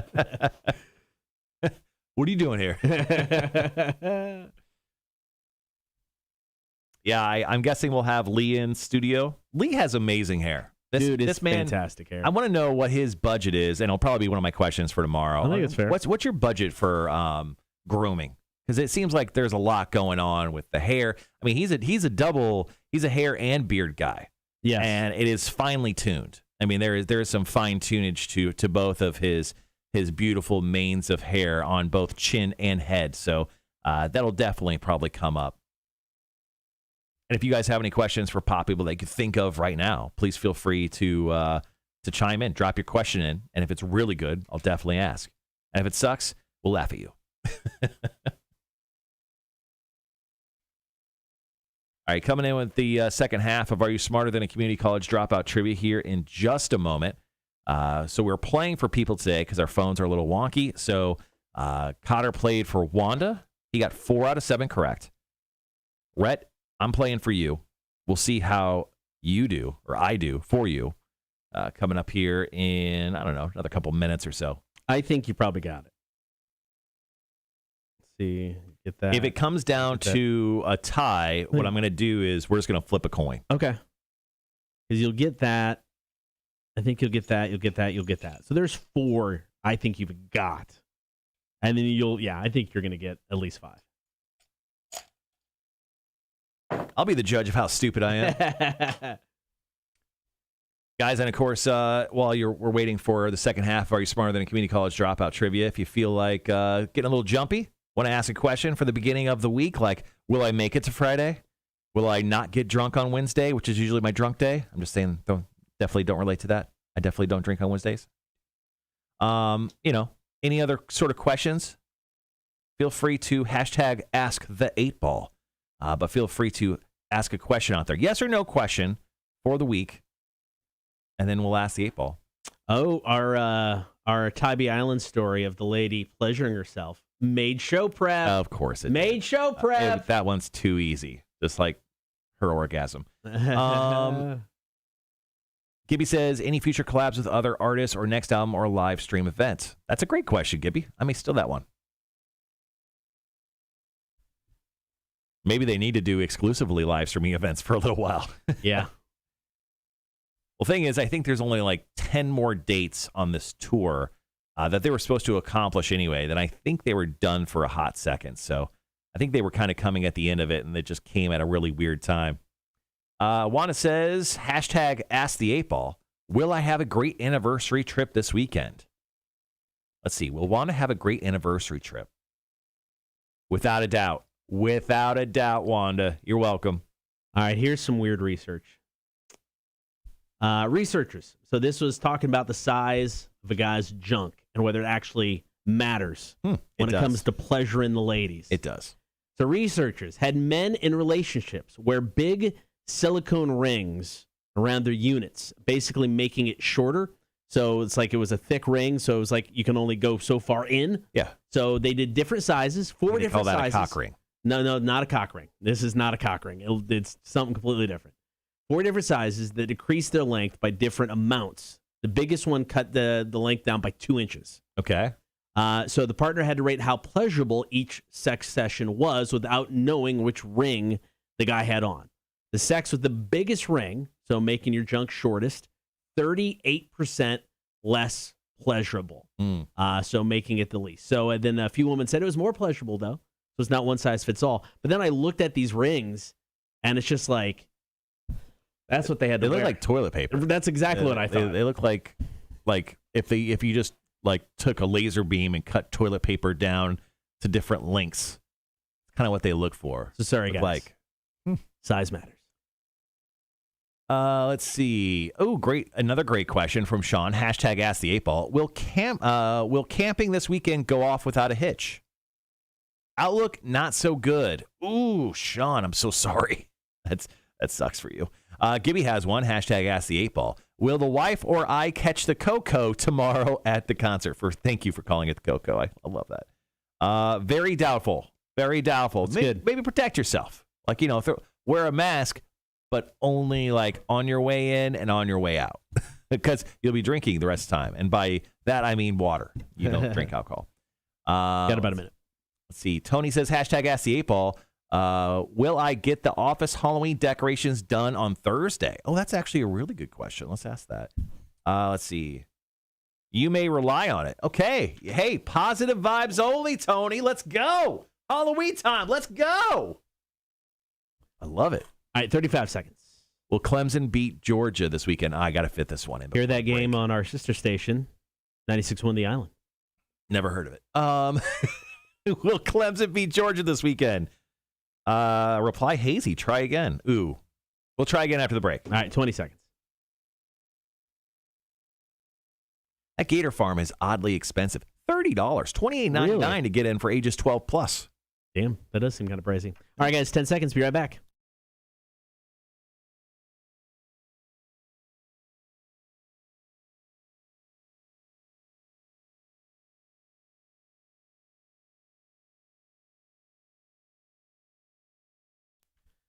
Are you smarter than a community college dropout? Brought to you by the Savannah Bar Crawl. Now, Marshall and I are taking each other on, but we're playing for you guys, the listeners. I was playing for Wanda. I got 4 right. I got so excited about my 4. Forgot to run over correct answers. So before we quiz you, you're going to play for Rhett this morning. Yeah. What are the correct answers in my round of trivia? Yeah, the correct answers to your round of trivia. Well, question number 1 was who directed the 2001 film Black Hawk Down? That was Ridley Scott. Okay. Question number 2, the two fighters that fought in the famous match The Thrilla in Manila, Muhammad Ali and Joe Frazier. Question number 3, before gaining international popularity with its plastic interlocking bricks, what did Lego make? That would be wooden toys. Question number 4, how many players are there in a standard curling match? That would be 4. Question number 5, what type of an animal is a wahoo? That is a fish. Question number 6, what Stephen King novel features the characters Annie Wilkes and Paul Sheldon? That is Misery. And finally, your last question, what style of beer is used to make a black velvet cocktail? That would be a stout. After you say stout and black velvet cocktail, it all makes sense. It does. All right, so you have to get more than 4. I feel really good with your ability to get more than 4 after looking at this round of trivia. I'm pretty dumb. I'm a dropout. It kind of says that in the title. 7 questions, 60 seconds. Your time will start as soon as I finish question number 1. It is multiple choice. Are you ready? Yeah, let's go. All right, here we go. Who is the only member of Black Sabbath to have been with the band the entire time it was together? Geezer Butler, Tony Iommi, Ozzy, or Bill Ward? Ooh, that's a good question. I'll go Tony Iommi. That is correct. Who is the shortest player in NBA history to win the dunk contest? Oh, boy. Muggsy Bogues? Incorrect. Based on population, what is the largest city in the United States? Based on population? Yes. Christ. Los Angeles. Incorrect. Which singer ripped up a picture of the Pope on Saturday Night Live? Which famous person? I gave away the answer. Roseanne Barr or Sinead O'Connor? Sinead O'Connor. There you go. In what 1995 film did it feature the infamous character Kaiser Soze? Usual Suspects. That is correct. How many legs does a butterfly have? Christ. 6? That is correct. Yeah. For the win, the green jacket is presented to the winner of what golf tournament? Oh, the Masters. That is correct. So I take the win today. And not only do I take the win, Rhett takes the win. Congratulations, buddy. Connor, let's go ahead and go over the correct answers real quick. Let's do it. Who is the only member of Black Sabbath to be with the band the entire time? It is Tony Iommi. Everybody left and or got fired at some point in time in their run with that band. Spud Webb is the shortest man to win the dunk contest, 5'7". New York is the most populated city in the United States. Sinead O'Connor ripped up a picture of the Pope back in the day on Saturday Night Live. 1995 film The Usual Suspects features Kaiser Soze. Yes, the butterfly has 6 legs. Yep. And the green jacket handed out to the winner of the Masters. Yes. So there you go. Another round of trivia is done. We're back at it tomorrow. Probably head-to-head again playing for you guys. So if you want to go ahead and text us now, 800-394-1061. Who do you want to represent you tomorrow? And are you smarter than the community college dropout trivia? Coming up after 8 o'clock, the Spider-Man trailer, which dropped last week, was huge. Yeah. Record-setting. We'll go down some of the numbers. It's coming up next. Cotter and Marshall Show, Rock 106.1. There you go, Rhett. You're my boy, Rhett. Taking the win. Congratulations. Yeah, that was a good game, man. I should have got the population one. Yeah, I thought that was New York and L.A. I knew. I mean, obviously, I knew I was one of the two. Yeah. I don't know why I thought it was L.A., but whatever. Yeah, I thought that was one I thought.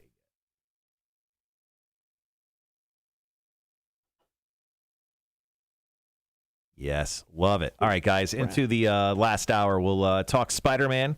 We'll also talk some beer. We're not going to drink it. We're just going to talk about it this time. It's Monday. And then we'll wrap up the show with Marshall's music news.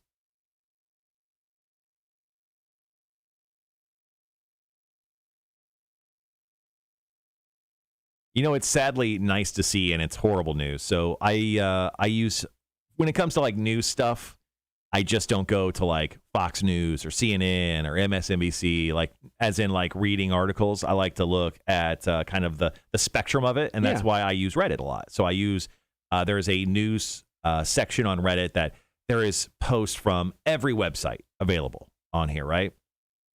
And for the last 2 years, it's seemingly at this point, we've been living in like a world where all it was is like COVID stories, like one after another. Yeah. People dying, people getting vaccinated. And there's still a bunch of COVID stories and vaccination stories on like the top, like, I don't know, 50 or 60 stories here. Right. But it's oddly kind of nice just to see mostly the stories are about the hurricane. And I don't have to read about how people are vaccinated or not vaccinated or people dying. It's kind of nice just to see, all about, catastrophic damage and no electricity, which I know is a weird thing to say. It's nice to see that the bad news is some other bad news instead of the regular bad news. Yeah. Sean, have a great rest of your day, buddy. We'll see you tomorrow. See you, Sean.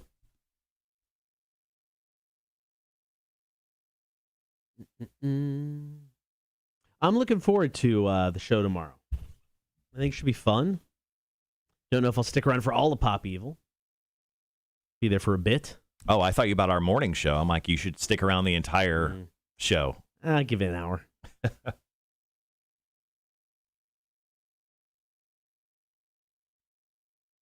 Here's a headline. Woman who hid 26 kids behind false wall at daycare, guilty. Yes, I get that. Yes, 100%. Guilty.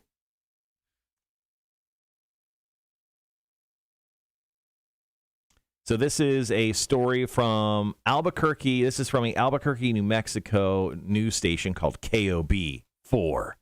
But this story actually comes from Colorado Springs, Colorado. A Colorado woman charged with hiding 26 children behind a false wall at her daycare center was found guilty of child abuse and other charges Thursday.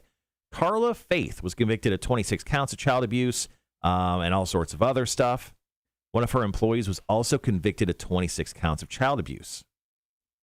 Police went to the Mountain Play Place in November 2019 after getting reports that it was caring for more children than allowed. Although Faith reportedly told an officer that no children were there, the officer could hear children's music and a child's cry from the basement, according to an affidavit. Another officer discovered a small seam separating a false wall from the actual wall. Many of the children had soiled or wet diapers and were sweaty and thirsty, the arrest affidavit said. Vanessa Nagel, the mother of a child in the daycare, said she was ecstatic about the verdict, but said the trial was very emotional. It's going to take some help, these kids, especially to move on from the trauma that they've gone through. That's frightening. What the hell was she doing with 26 kids hanging in the basement? I'm sorry. That's frightening. Were they hers? Is that just where she held them all day? I don't know. I've got questions. After hanging out with my niece, though, I get it. Put her behind a false wall. So my wife went with my brother. They the school is fairly close to where my brother lives, which is right next to my mom's house. When I went to Illinois this past weekend, so she walked up to school to go, grab my nephew and my niece. Okay, yeah. And my niece is one of those children. She's 8 and she talks nonstop. She has the moment. I mean, it's incredible. Like, I've never seen a child talk so much before. And it's always questions, always piggyback rides, constantly jumping on you type of child. Right. And it's just nonstop with her. And it was really funny because I was working in the yard when she came back. I mean, it was 90 degrees in Illinois. It was like 70% humidity. Right. I am drenched head to toe, painting shutters, doing all sorts of other, random tasks for my elderly mother. She comes in and I'm like, hey, I'm sweaty. Don't give me a hug. She goes, I don't want to give you a hug, Uncle Sweaty Monster. And then I was Uncle Sweaty Monster for the entire time. Even when I took a shower and saw her later that night, you're Uncle Sweaty Monster. And I'm like, well, this is fun. This is fun. Just helping mom, helping your grandma. Yeah, but she nonstop talks and it's nonstop questions. Yeah. Why is the bed that way? Why are the walls that color? Why does the bus go forward instead of back? Like, it's nonstop. Thankfully, she had a friend. She had a friend come and take her attention away. Kids are, their own kind of special. Yeah.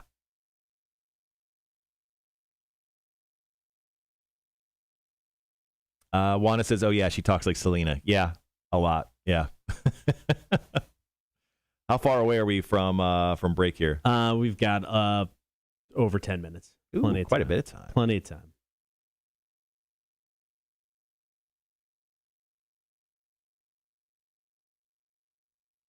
Then let me find some weird stuff. We got this story about the Mets. Kind of in a slump right now. New York fans not afraid to boo their own team. Players kind of fighting back. Players have begun giving the thumbs down sign whenever they get a hit, just to give the fans a taste of their own medicine. Javier Baez says, quote, "It just feels bad when I strike out and get booed. I want to let them know when we're successful, we're going to do the same thing to them to let them know how it feels." He added, quote, "I play for the fans. I love the fans. But if they're going to do that, they're just putting more pressure on the team, and that's not what we want." Unfortunately, this celebration might not last much longer because Mets president Sandy Alderson issued a statement last night saying, quote, "These comments and any gestures by him and other players with a similar intent and are totally unacceptable and will not be tolerated. Fans of Citi Field have every right to express their own disappointment. Booing is every fan's right." Yeah, so Javi Baez, I'm guessing, is not going to be signing a contract extension with, the New York Mets. I think we got actually, here's what he was saying. I think we can play this audio real quick. Okay. Go right here. When I strike out and I get booed, it doesn't really get to me, but like I want to let them know that when we success, we're going to do the same thing to let them know how it feels, because if we win together, then we got to lose together, and the fans are really big part of it. So in my case, they got to be better. I play for the fans and I love the fans, but if they're going to do that, they're just putting more pressures on the team, and that's not what we want. So. Yeah, I get it from a player perspective. I get it from a player perspective, and I get it from a fan perspective. And I think the players should, give the thumbs down to the fans. I think it should be a very mutual kind of give shit to one another type of situation when it comes to them. Now, apparently the Mets owner does not like that. Yeah. And Javi Baez has apparently been big time sucking hard. Well, I think it depends on how far they're going to go. If it's just the thumbs down. No, it's like they're giving a middle finger to the crowd. It's not too bad. I think you could definitely take it too far to where I would probably side with the fans as long as they're not. I guess either side could take it too far, though. If they're both going to be complete and total assholes, then you got an issue. But you do have to be careful, though, riling up the fan base even more if they're already upset. So I get where management is coming from. They want to, keep it in check. I get where Javi Baez is coming there. Let's see where the Mets are in the standings. I'm guessing not where they want to be.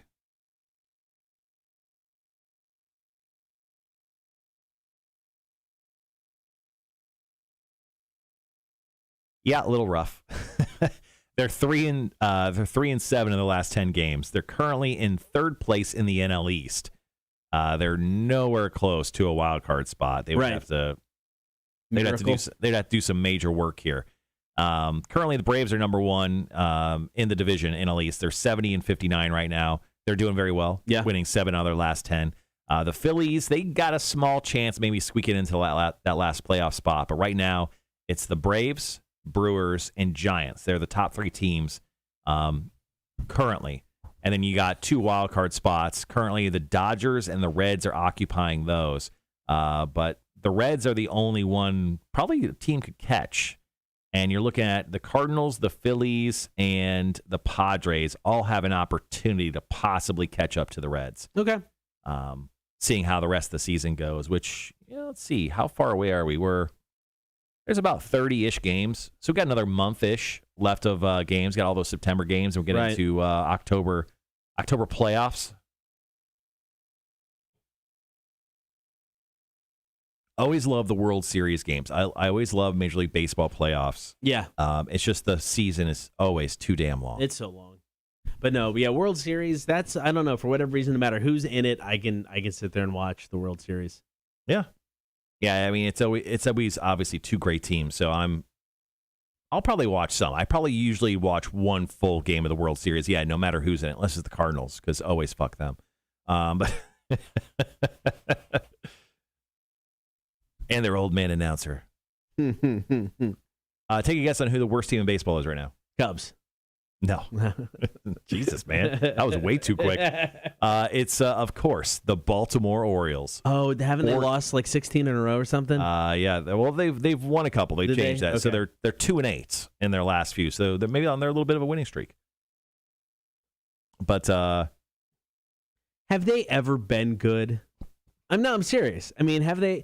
It's like it's been a long time, but yeah, they were good for a minute. So you were talking to my kids over the weekend via Zoom, and I was talking college football.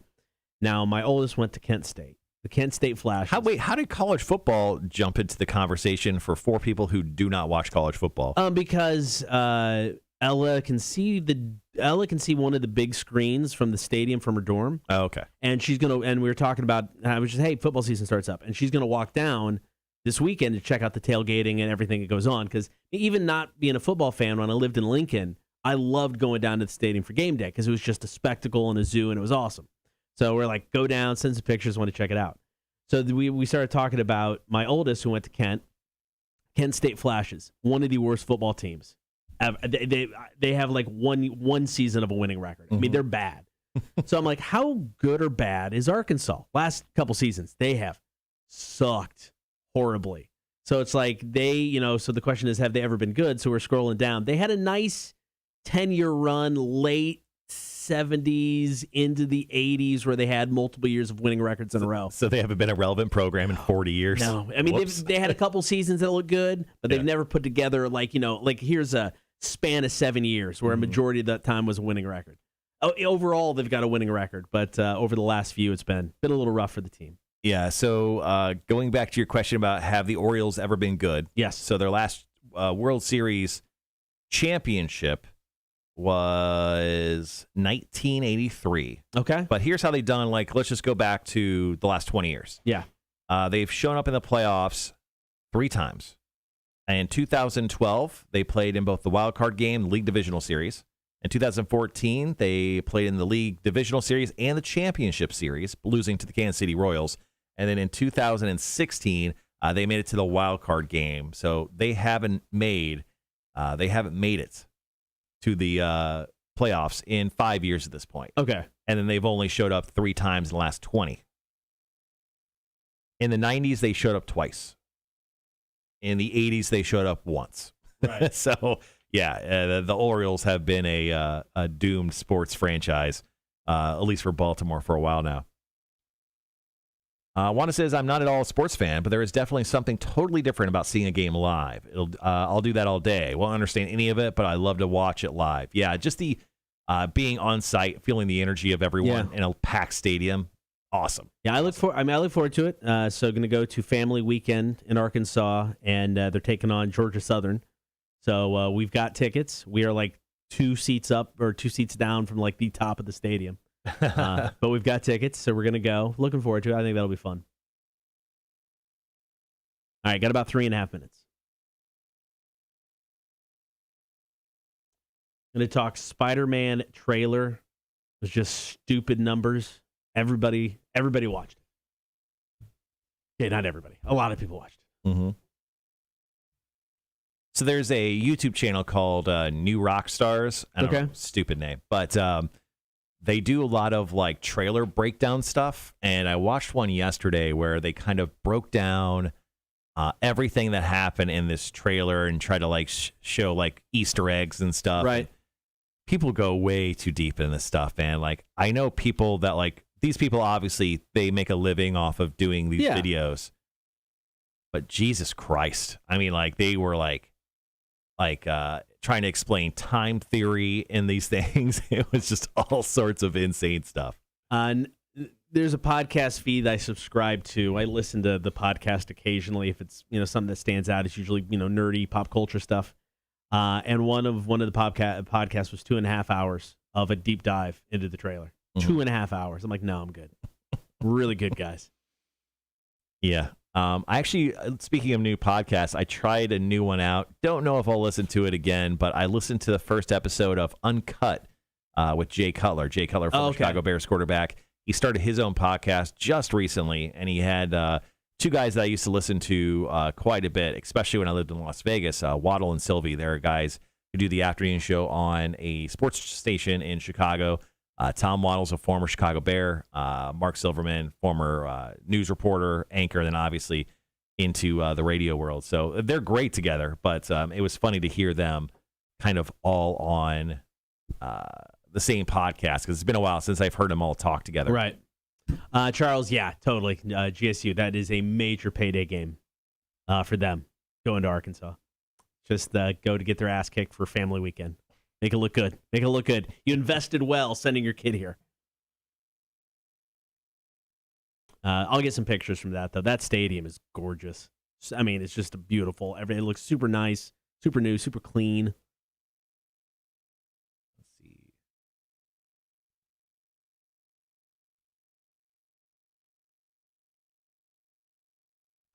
Yeah, so the max capacity of that stadium is like 76,000 people. Yeah, it's big. It'll be packed. It's big. They're playing University of Texas later on, and my daughter was like, yeah, they're advertising. They're saying something about they don't want a bunch of like Texas fans to take up a big section to where it's all orange. So they have a seating chart going. If you sit here, you wear white. If you sit here, you wear red. Yeah. They're going to try to stripe the stadium. I'm like, Jesus, that's too much going on there, guys. But I get it. Cool, but wow. All right, we got about 15-ish. Be right back talking Spider-Man, the trailer for the new movie.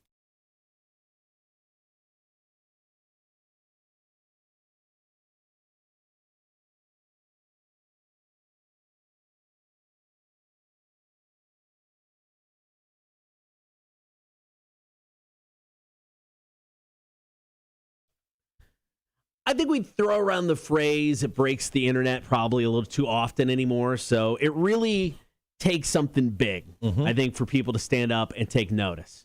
Well, the Spider-Man No Way Home trailer is that something big. According to reports, the trailer racked up 355.5 million global views in its first 24 hours alone. Yeah, and that smashed a record that was previously set by another Marvel film, Avengers Endgame, which got 289 in its first day. Like, people were stoked about Spider-Man, and I honestly think the best thing that helped this trailer was that it got leaked. Yeah, I agree. It got leaked 2 days prior. So this past Tuesday, so last Tuesday was when the trailer officially came out. But the Sunday prior to that, someone took a picture, or excuse me, a video of it and placed it on TikTok of an unfinished Spider-Man trailer. But it was legit. Yeah. It was absolutely legit. And the trailer that came out officially was very, very close to what we saw in that unfinished trailer that was leaked. I think that helped because it built like this huge buzz. Like, hey, we're probably going to get this soon. In days, maybe a week, maybe 2 weeks. Well, it came out 2 days after that. And people freaked out. I mean, I'm not going to lie. I watched it probably 3 times. I didn't just watch it once. I watched it 3 times because I wanted to see if I missed anything, right? And now people are breaking this down. We were talking about this podcast series that I subscribe to, dedicated 2.5 hours to like the 3-minute trailer. It's insane. It's a little ridiculous. Now, Endgame, which had the record at 289 million views, went on to become one of, if not the highest grossing film of all time. It did, yeah. So, I mean, I don't think this is going to break that. I mean, obviously, we got issues with the pandemic and people feeling good about going to a movie theater, but it's movie theater only in December. I think people are jonesing to get out. They want a reason to go to a movie theater. Do we see full capacity movie theaters by December? I mean, unless things get really weird pandemic-wise. But do you think this is the movie that finally pops that pandemic cherry? I think so. I mean, I think this is probably going to be the one big film that's going to come out that's going to make like all of the money, like $150 million plus that opening weekend, because it's coming out the week before Christmas. So a lot of people will either be traveling or maybe just getting back to their, their original homes. And then probably want to go jump right into the movie theaters because the last thing you want to do is spend time with your family. Let's face it. You don't want to be like, oh, yeah. No, we'll do that. We're just going to go see a movie real quick. Got the kids. Can you keep the kids, actually? We're just going to go to the movie theater, they get wasted, and then come back really drunk about 4 o'clock. Or we'll see Spider-Man in there. If you haven't seen the trailer yet, check it out. If you're a fan of the previous Spider-Man movies or just anything in the MCU, this is going to play a big part in the next phase, I think, going forward. Introducing the multiverse, Doctor Strange is involved, so I think a lot is going to come from this movie. Definitely worth checking out the trailer. Coming up next, simple question. How many beers does it take for you to get a buzz? We've got the math. There's a new survey. We're going to break it down. Stick around. Cotter and Marshall Show, Rock 106.1. New Daughtry. This is Heavy as the Crown. When it comes to music news, I did switch it around. Just a quick heads up. What are you doing? What do you want to do? I'll have, actually, they're all 3 different stories. Oh, okay. I got a story on Corey Taylor giving the latest update on new Slipknot album, Shinedown, giving an update on new music from those guys, and then I've got a Marilyn Manson story. So, all right. Why don't we kick off with, we'll go Manson, Shinedown, Slipknot. Manson, Shinedown, Slipknot. Okay. Chris Wagner goes, got leaked in quotation marks. It may have been just like a genius, like fake, like, whoops, it got leaked. That just seems weird for a studio to do, and especially when you have both Sony and Marvel doing because they both have to do this movie because they're partners on Spider-Man. Like, I don't know. Like, I feel like that one was a legitimate leak, but it was genius. It worked really well. Yeah, I agree. I think that was part of the reason, because it got people excited. Then you take it away. I mean, I know it's always, it's still out there, but I think it got people excited, man. I think they're ready. Mac, I'm going to go ahead and answer this question for Cotter. No, he has not. What? Is Cotter still not finished Loki? No, I haven't. Yep. Nope. Nailed it. So we're finishing, wife and I are finishing This Is Us last season, because we never got around to finishing that. I never watched that show. So we're finishing that, and then Loki is on our list. So, because Dana was like, one at a time. I'm like, fine, fair enough. Let's see. Max says, apparently there's a big announcement for You, Season 3 today. It was supposed to be out at 8:30 this morning. Oh, yeah. So You's the popular Netflix series. I actually watched that. I watched the first 2 seasons. It's like Dexter. It's the same. Okay. If you've seen Dexter, it's pretty much Dexter with different characters. Okay. Yeah, sorry, Mac. I'm going to get there. We'll watch it. It's on the list. How much time we got? A minute and a half. Okay, cool. Yeah, I you know what? I like This Is Us. I ain't gonna lie. It's a good show. I like I want to see more of it's like they flashback, tell the story about how the family got to be. So it's Lost? There's flash there, then they have some flash forwards. No flash sideways yet. Next season's the last one, so you never know. It's Lost. Minus the island and any supernatural stuff. It's just about a family. I mean, it's just about a family, and there's triplets. One of them passes away, so they adopt another kid. So it's a white family. They adopt a black baby. So it's like the 3 kids, the big 3. So it's the story of their lives from current time in the past as their kids growing up, and then they've started to kind of go into the future, and you can see where everything's headed. So it's been interesting. It's good. It's gonna be awesome next season when the smoke monster comes and eats all those babies. I'd be for it. Yo, that smoke monster just eat that baby? How's it in the future? The crock pot. That crock pot, man. How many is it, like the final seasons next year? I think next one's the final, right, Mac? Yeah, so it's good. I mean, I really like it. I think they've done a really good job. How did you want to knock this one out? You just want to do, you're obviously just doing 1, 2, and 3. I just had the one with the most and the least. Okay. Yeah, and then just you and I going, how many does it take, kind of thing. Okay. Was I was thinking, because I was initially hoping for like a big list of like all of it, and then that wasn't there. All right, guys, be right back.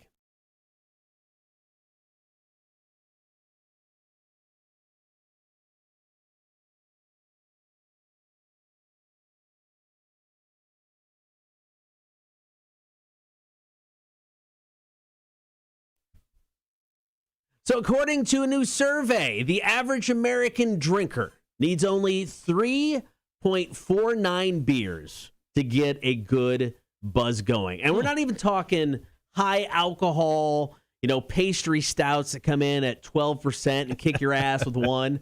We're talking half-liter bottles of domestic beer. Now, 2,000 people were surveyed for this. And basically the question was, how many does it take before you start feeling the effects?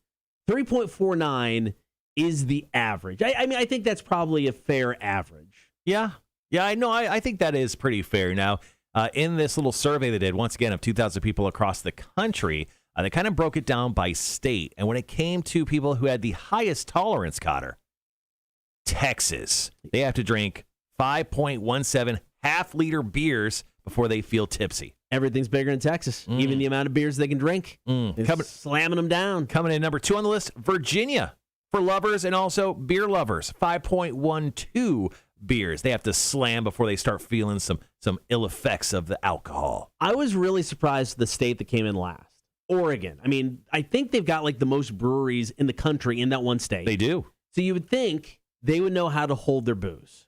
But according to this survey, before they're feeling tipsy, and then once again, this is just regular, plain old domestic beer, 1.92. Not even 2 beers. I think the altitude has something to do with it because you think of Oregon, and then number 2 on the list with the least amount of beers you have to drink before you feel a little tipsy, Colorado. 2.11 domestic beers will make you feel a little bit tipsy. Now, it got me thinking. It's like, how many beers does it take for me to start feeling tipsy? Mm-hmm. And once again, domestic beers. So we're not talking, even 6-7% IPA. So if I'm just going to have, a few Coors Lights, I'm going to say normal day, I've eaten lunch, got some food in my belly. Mm-hmm. I'm going to say it's 4 to 5. Exactly. Coors Lights, yeah, I would definitely say at least 4. Now, here's the thing. I will get drunker if you throw me those beers like Stone Cold Steve Austin. I don't know what it is about it. Maybe because you're drinking beer from an elevated height. It's that altitude. Yeah, you're pouring it into your mouth from a higher distance. I will get drunker that way. Okay, I think that's fair. Yeah, so yeah, it's definitely a lot of things. It's the altitude of the beer, no matter what altitude you're on. If it comes in at a higher angle, you get drunker faster. All right, so yeah, 4 to 5 I think is a respectable number. Mm-hmm. What do you think for you? How many just straight up average beers does it take before you start feeling that buzz? Go ahead and hit us up with the text, 800-394-1061. Also on the chat as well. Coming up next, we're going to talk Marshall's music news. Story number 1, Marilyn Manson popped up in just one of the oddest places. You never expected this one. No one did. No one did. Nobody saw Insane. it. It's funny. All right, Marshall's got the story. Coming up next, stick around. It's the Cotter and Marshall Show, Rock 106.1.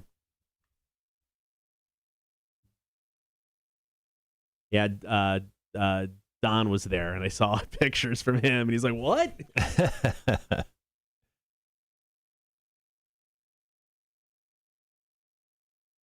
So,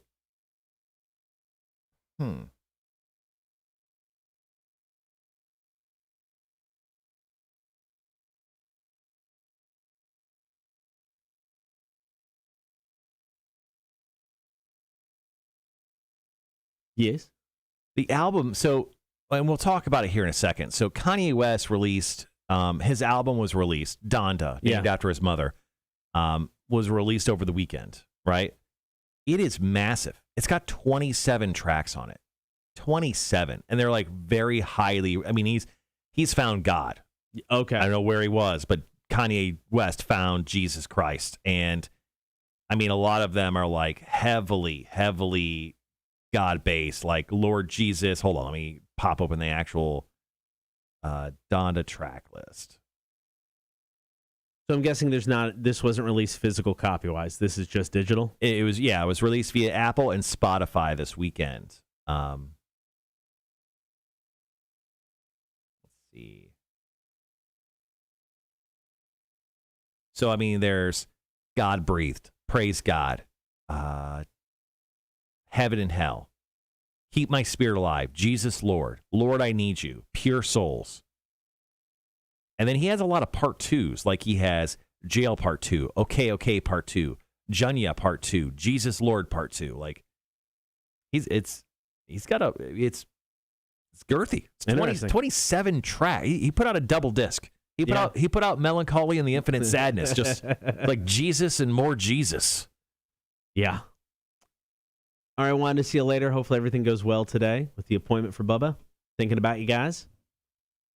That's just crazy. He didn't want to self-edit. I mean, if you're just going to release it digitally anyway, screw it. Why not? You know? Mm-hmm. Not paying to get it all pressed or get it all put together. Not really out anything extra.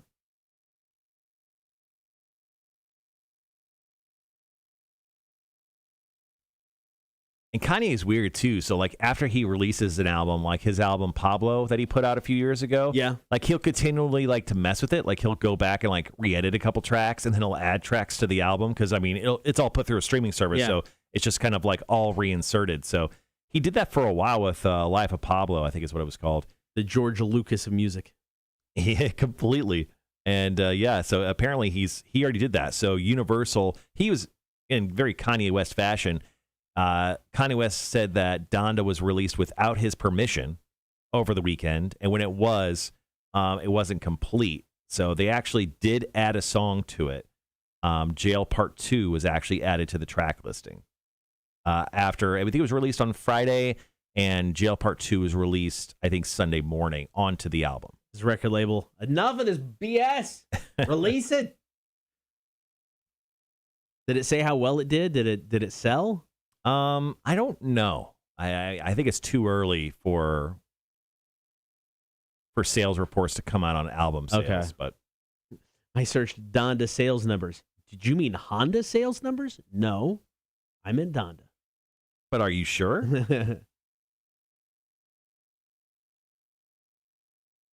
So, according to this, Kanye West on pace to make Billboard history with Donda. Let me see if I can get to the article as to what the history is. Kanye West Donda could very well set a tone for the century on the Billboard 200. The album projections haven't been confirmed yet. The rapper is expecting to outsell Halsey even after losing 2 full streaming days. Kanye West could break the record for the most #1 albums on the Billboard 200 among artists debuting on the chart this century. Oh, wow. Good for Kanye West. Yeah. So there you go. Straight up crazy person. Mac says, ooh, Mac with breaking news right here. Big announcement for You, the Netflix series we were just talking about. They named the baby and released a date for a new season. It's been so long since I've seen You, I don't remember there being a baby. Yeah, that means nothing to me. I don't know what's going on there. Sorry. All right, we've got almost done the commercials. Got a Foo Fighters song, and we'll get into story number 1 of Marshall's Music News. Playing the new one, Making a Fire from Medicine at Midnight? Nope, this is Learn to Fly. The classic Yes, sir. Learn to Fly from, is that the first album or second album? Actually, it may have been, there was Nothing Left to Lose album, 1999. So that was their third, I think. Yeah, because they put out the original Foo Fighters in 95, then they put out the Color and Sound, and then they put out There Is Nothing Left to Lose. Foo Fighters getting honored by MTV. It's going to be on September 12th, I believe. They're getting the Global Icon Award for the MTV Music Awards. Yes, they still do that, apparently. That's going to be Sunday, September 12th on MTV later on at night. They're getting the Global Icon Award. They're going to be doing a performance for the MTV Music Awards. So if you want to see the Foos on the big screen, got your chance right there. I forgot There Was Nothing Left to Lose is when Dave had, it was like the last time we ever saw Dave Grohl with short hair. Oh, yeah, that was. He had the album art was him with a short crop haircut with a Foo Fighters logo on the back of his neck. Okay. That he had tattooed there.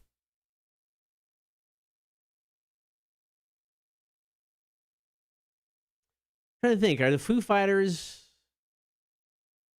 one of the last rock bands that really had an impact on MTV? I don't even know how to answer that question. I know, right? Because, I mean, they really took advantage of it, and they had some really good videos.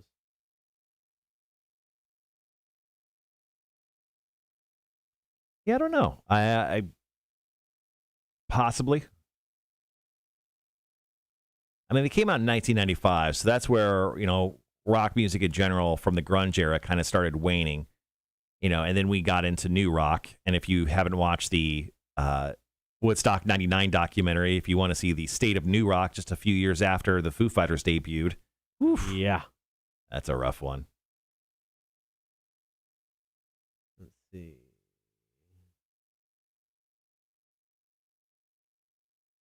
And if there's a list of, they have music videos. I mean, they've done videos for most of their songs still, but I mean, if you go back to the iconic ones, Learn to Fly and My Hero and stuff like Big Me, obviously one of the iconic ones. I think Big Me was one of their most popular, right?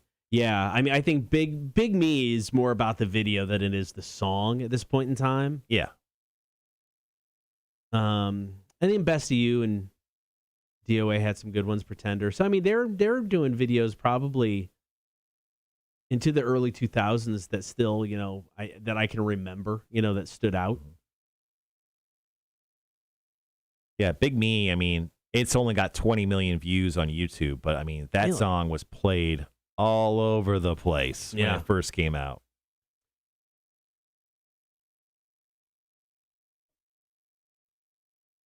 Yeah, I mean, it was released in 95. They didn't upload the video until 14 years later. Oh, damn. I don't think YouTube was very big in 1995, or maybe it didn't exist. No, I'm guessing probably not. All right, got about 1 minute to go.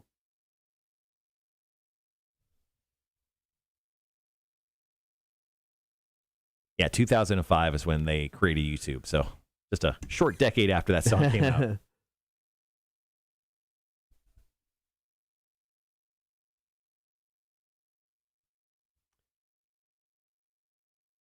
All right, got about 30 seconds. Jump on with our first of 3 Marshall's Music News stories. That'll wrap up our Monday for us. Tomorrow, big show. Pop Evil is going to be in studio. Also, we'll have Lauren from Connect Savannah to talk The Bachelor with Explain the Bachelor, Episode 3. All right, guys, 15 seconds or so. We'll be right back.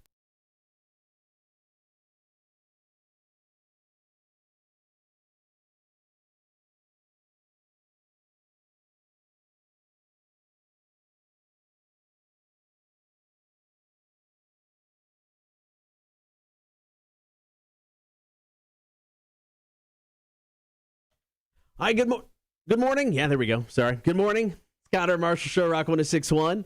It is time for story number 1 of Marshall's Music News. This is a little bit of a weird one. So Kanye West did another one of his listening parties. We talked about it before on the air. He did pretty much lived in Mercedes-Benz Stadium for like a month trying to finish up his new album, Donda, which was released over the weekend and is breaking records, and I'm sure is great. But during his live performance / listening party at Soldier Field in Chicago, Illinois, his hometown, where they pulled up all of the grass like 2 weeks before the Chicago Bears play. I'm not mad about it. And built a replica of his first home that his mother raised Kanye West in.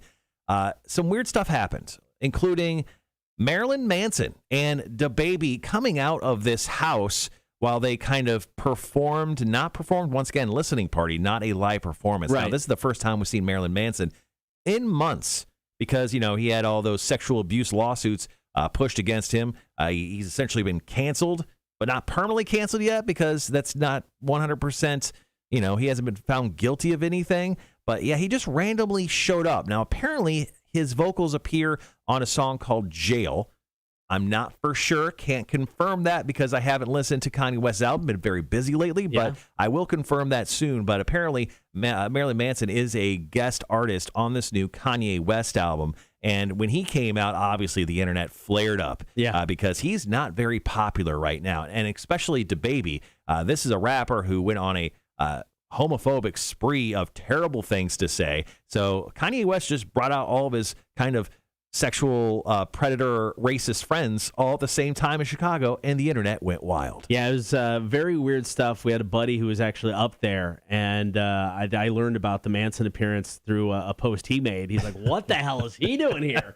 And it's funny because it's just like he's leaning on like a railing in front of the house. He's just hanging out in the porch. I know, it was almost like Jay and Silent Bob. Yes. They just kind of threw a leg up against the wall and just hung out. They didn't, once again, a listening party. They didn't perform, but Manson came out full makeup. Like he had the black line underneath his eyes, full white makeup with black lipstick, his hair combed, and he was wearing some, I don't know, weird trench coat thing. But yeah, Marilyn Manson making his first appearance in quite some time. It was strange. All right, here is Manson. It's Sweet Dreams, Cotter and Marshall Show, Rock 106.1. Very strange. Yeah, that whole thing was weird because it's like he got the house and then there's a bunch of SUVs driving around the house and I don't know what was going on. Everyone was holding candles. Kim Kardashian showed up in a wedding dress. I missed that. Yeah. Dress? Are they together? There's a report that they were making things better, but the divorce is still on. Okay. So I think it was one of those things where they're just trying to make headlines with that, with no context. Yeah, that's true. But Yeah, super, super strange thing. And then the album got released, and Kanye West on his Instagram said that he didn't give the record label permission to release his album, but they did it anyway. And then he didn't get approval to release Jail Part 2, but they eventually got the approval to put that out. Manson's on the album. DaBaby's on the album. It's a wild time to be Kanye West. Yeah. I guess. That's his 10th album, too. Really? Yeah. Jesus. Man, just his first few albums were just so good. I listen to Kanye West all the time. Yeah. And let me see. So I was on the Kanye West train from, let's see, The College Dropout. Yep. Late Registration I was into. And then I think I may have dropped out after that. I may have listened to 808s and Heartbreak, and I thought, even then, 808s and Heartbreak, I'm like, not my stuff anymore. Yeah. Yeah, and then he put out The Life of Pablo, My Beautiful Dark Twisted Fantasy, which apparently was very good. Oh, I think he put out Graduate. He put out so many albums. Ridiculous. I mean, he's a super talented guy. But then I think with a lot of those super talented people, there's something there that, probably needs a little bit of help. But then you get into the point of, it becomes, like this overinflated album, you can, so go for it. But, always having somebody to produce or edit it down a little bit's always going to help.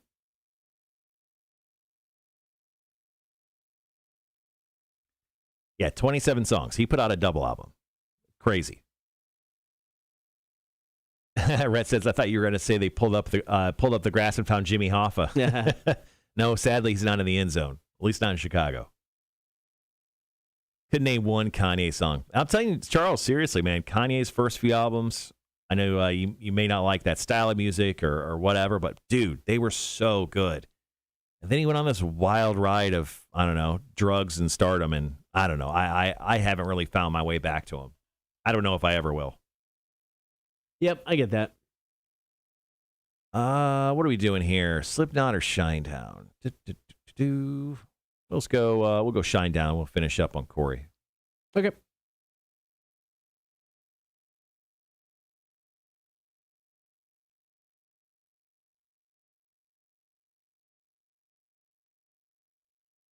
All right, got about 55 seconds. Sorry, just highlighting a couple things I want to mention here.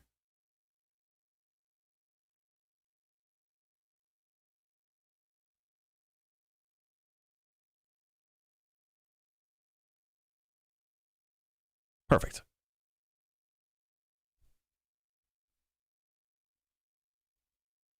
But Charles, if you're looking to get real weird, check out like Late Registration or something early from Kanye.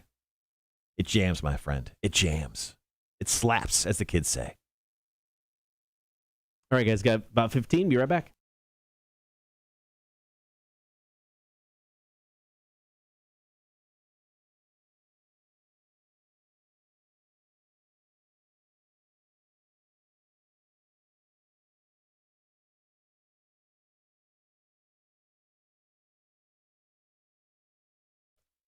Diving right into some more Marshall's music news. Here is story number 2. So Shinedown frontman Brent Smith has confirmed that the first single from the band's 7th studio album will arrive next January. So January of 2022. This will be the follow-up to 2018's Attention, Attention. It's being recorded in a new studio just north here in Charleston, South Carolina, spearheaded by the group's bassist and producer, Eric Bass. Now, Brent Smith says, I can tell you right now, the first single is going to come out the first month of 2022. And then there's hopefully going to be a couple of months later, a full-length record that will come out as well. Now, he goes, we're looking to go a little bit more organic sounding on the album this time. We want to try to hone it back just to drums, bass, guitar, and vocals. We've done these very huge cinematic orchestrated records in the past. Right now, we just want to go back to the 4 primary instruments and write the freshest songs we can write with the most tenacity and most ferociousness that we can express. So brand new Shinedown expected, obviously, in January of next year. The guys are currently on tour. I'm going to actually go see them down in St. Augustine next month. I'm going to go check out the guys. Shinedown, always great. And one thing with Shinedown is, like, a typical band will release 2-3 singles from from an album. We're good to get like 5, 6 from Shinedown. And we get a Shinedown movie. Attention, the movie is coming out here in, I think, just a few weeks. So you'll be able to watch that as well on video on demand. All right, the guy's uber busy. All right, coming up next, one more story before we wrap up the show today. Talking Corey Taylor. Stick around. Cotter and Marshall Show, Rock 106.1. Grab a water. I'll be right back. All right.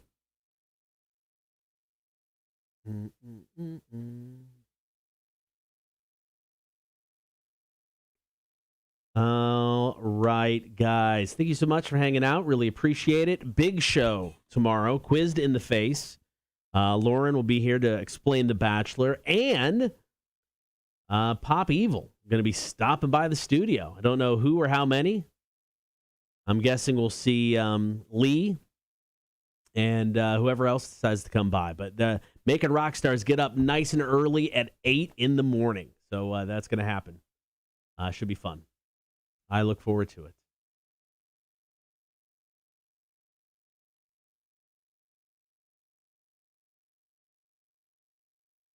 All right. Sorry, guys. Throwing up something here.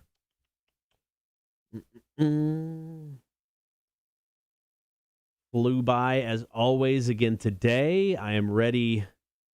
Get out of here. Go take a nap. Always ready for my nap.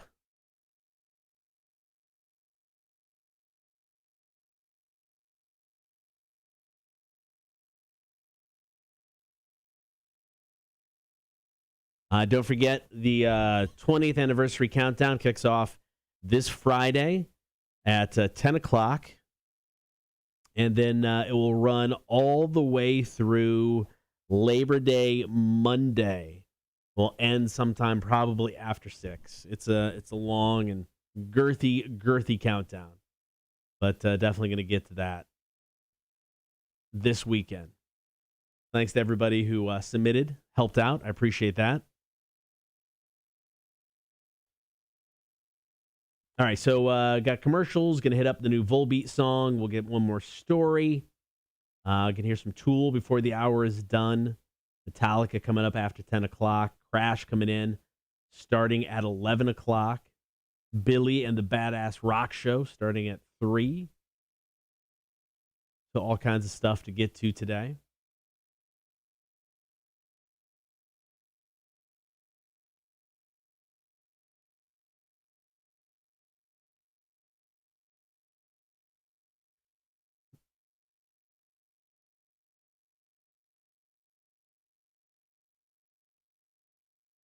Ugh. Starting to feel it. Starting to wind down. Starting to get a little tired this morning, guys. My apologies.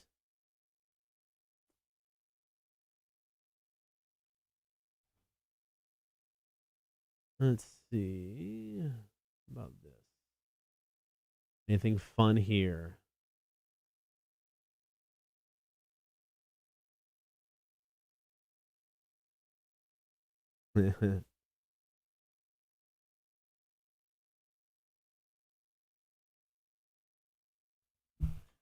All right. Sorry, guys. Trying to look for anything here. All right. So we've got 1, 2, 3. Got about 6 minutes. We'll get into the final story. Not only is Poppy Evil in tomorrow, going to quiz Marshall in the face. Lauren Wolverton from Connect Savannah will be by to help explain The Bachelor. Bachelor in Paradise back at it tonight. I believe they ran multiple episodes this past week. I did not watch any of those. I will check out part of the show this evening just to be caught up. If you missed it earlier, we talked about the Bob Ross documentary that came out on Netflix, really selling it like there was something salacious and some deep, dark secret in his past. I don't think it was too deep or too dark. He loved the ladies. It was more about his business partners.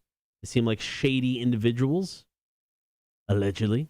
Not that I've ever gone out and bought any Bob Ross product. Not that I had planned on it. But after watching that documentary, I will never buy like an official Bob Ross product from his company, from the company that owns his name and likeness.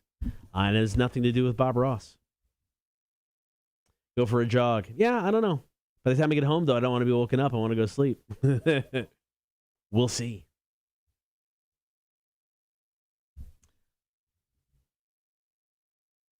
All right, got about 3 minutes. 3 minutes back at it. And thanks to everybody who hung out today, as always. Appreciate it. Pop Evil in the studio tomorrow. I know we've said that, but the show is tomorrow night at Victory North. Tickets still on sale. You can buy those online, victorynorthsavannah.com.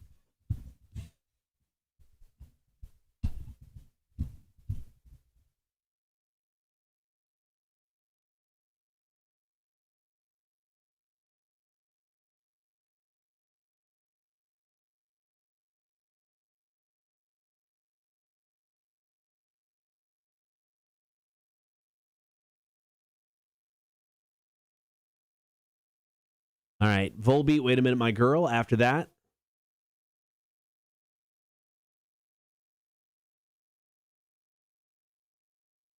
we'll wrap up the show. One more story.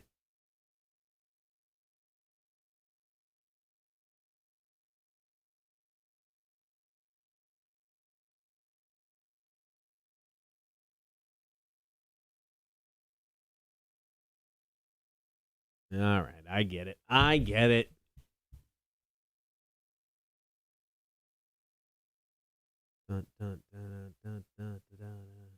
right, we got about a minute and a half, then we're back at it. Final story, final break of the day.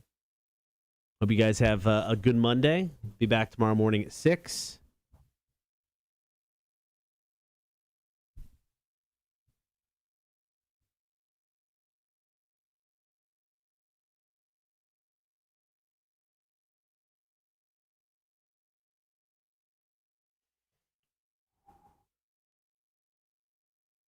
Excuse me. Sorry, guys.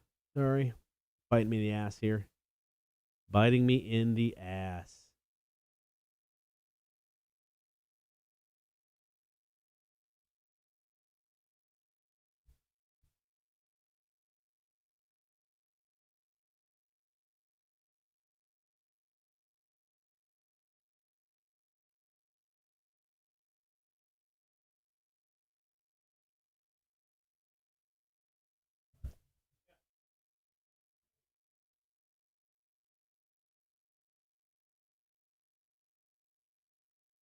All right, got about 30 seconds. 30 seconds.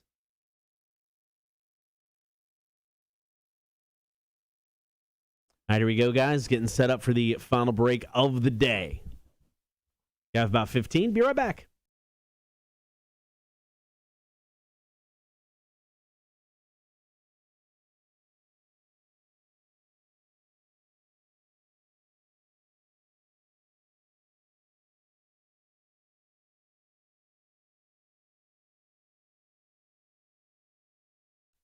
All right, before we get out of here one more time, this is Marshall's Music News. So Slipknot frontman Corey Taylor, obviously he is dealing with the, negative effects of COVID-19, but in a virtual interview, he has revealed that he only has to record vocals for 3 more songs for Slipknot's forthcoming 7th LP. He actually stated, I was actually supposed to finish up my vocals this week. I got screwed, man, by COVID. I actually only have them to do. I've done all the other tracks because I've been doing them in between tours, and then COVID hit him. So he's still dealing with those effects. Obviously, we are hoping that Corey has a speedy recovery. And trust me, he'll be the first one to tell us how. This gentleman loves to talk about himself more than I think any rock star I've ever seen before. But this is great news, especially if you're a Slipknot fan. Obviously, I am. I'm excited they're part of this year's Welcome to Rockville. Apparently, he said that they don't plan on dropping out of any festival unless they get canceled, because there's a lot of talks about bands dropping out. Nine Inch Nails, Deftones dropped out of Welcome to Rockville. Slipknot added more shows. They said there's no way they're dropping out of any date in 2021 unless the show itself is canceled by someone other than them. All right, coming up on the show tomorrow, it's a busy one. Explain the Bachelor. Lauren Wolverton from Connect Savannah can be in studio at 9 o'clock. She will explain Bachelor in Paradise. Marshall will get quizzed in the face. And tomorrow morning, 8 o'clock, we are making rock stars get up way too early. Pop Evil in studio tomorrow. Yeah, I don't know who I'm guessing we're getting Leak Katie, who's the lead singer. I would imagine. With immaculate hair Yes. and beard, and also very much coming off a COVID-19 positive result. So we'll hang with them in hazmat suits. On a scale of 1 to 10, what do you expect his hair to look like at 8 o'clock in the morning? I'm guessing. I'm guessing ponytail. Okay. Probably a little ponytail action. Right. Maybe a trucker cap like I'm wearing. I don't know. I don't know what to expect, but I'm excited to actually sit down with them and talk to them because we haven't talked to them since 2017-ish, I think is when we did Halloween Havoc, our Halloween show with them. So I'm excited to have them back in town. All right, so we'll talk to you guys tomorrow at 6 o'clock. Thank you for hanging out on air and on the stream as always. We appreciate it. If you haven't done the stream thing yet, do it tomorrow. Hop on. You get to watch as Pop Evil are in studio, so you can get the stream Facebook, YouTube, and Twitch. It is the Cotter and Marshall Show. Back tomorrow, 6 o'clock. Rock 106.1. A Liquid coming in the very last second of the show. Good morning. Oops, I missed the show. And then he says, have a good day. See you later. He's like the guy who comes in and he tips his hat. He's like, good morning. And then walks directly out. Good day. All right, guys, that's it for the show. Obviously, loaded show tomorrow. Cotter just told you all about it. You guys have a good rest of your Monday. Get some stuff done so, Tuesday's easier for you. We'll see you then. See you guys.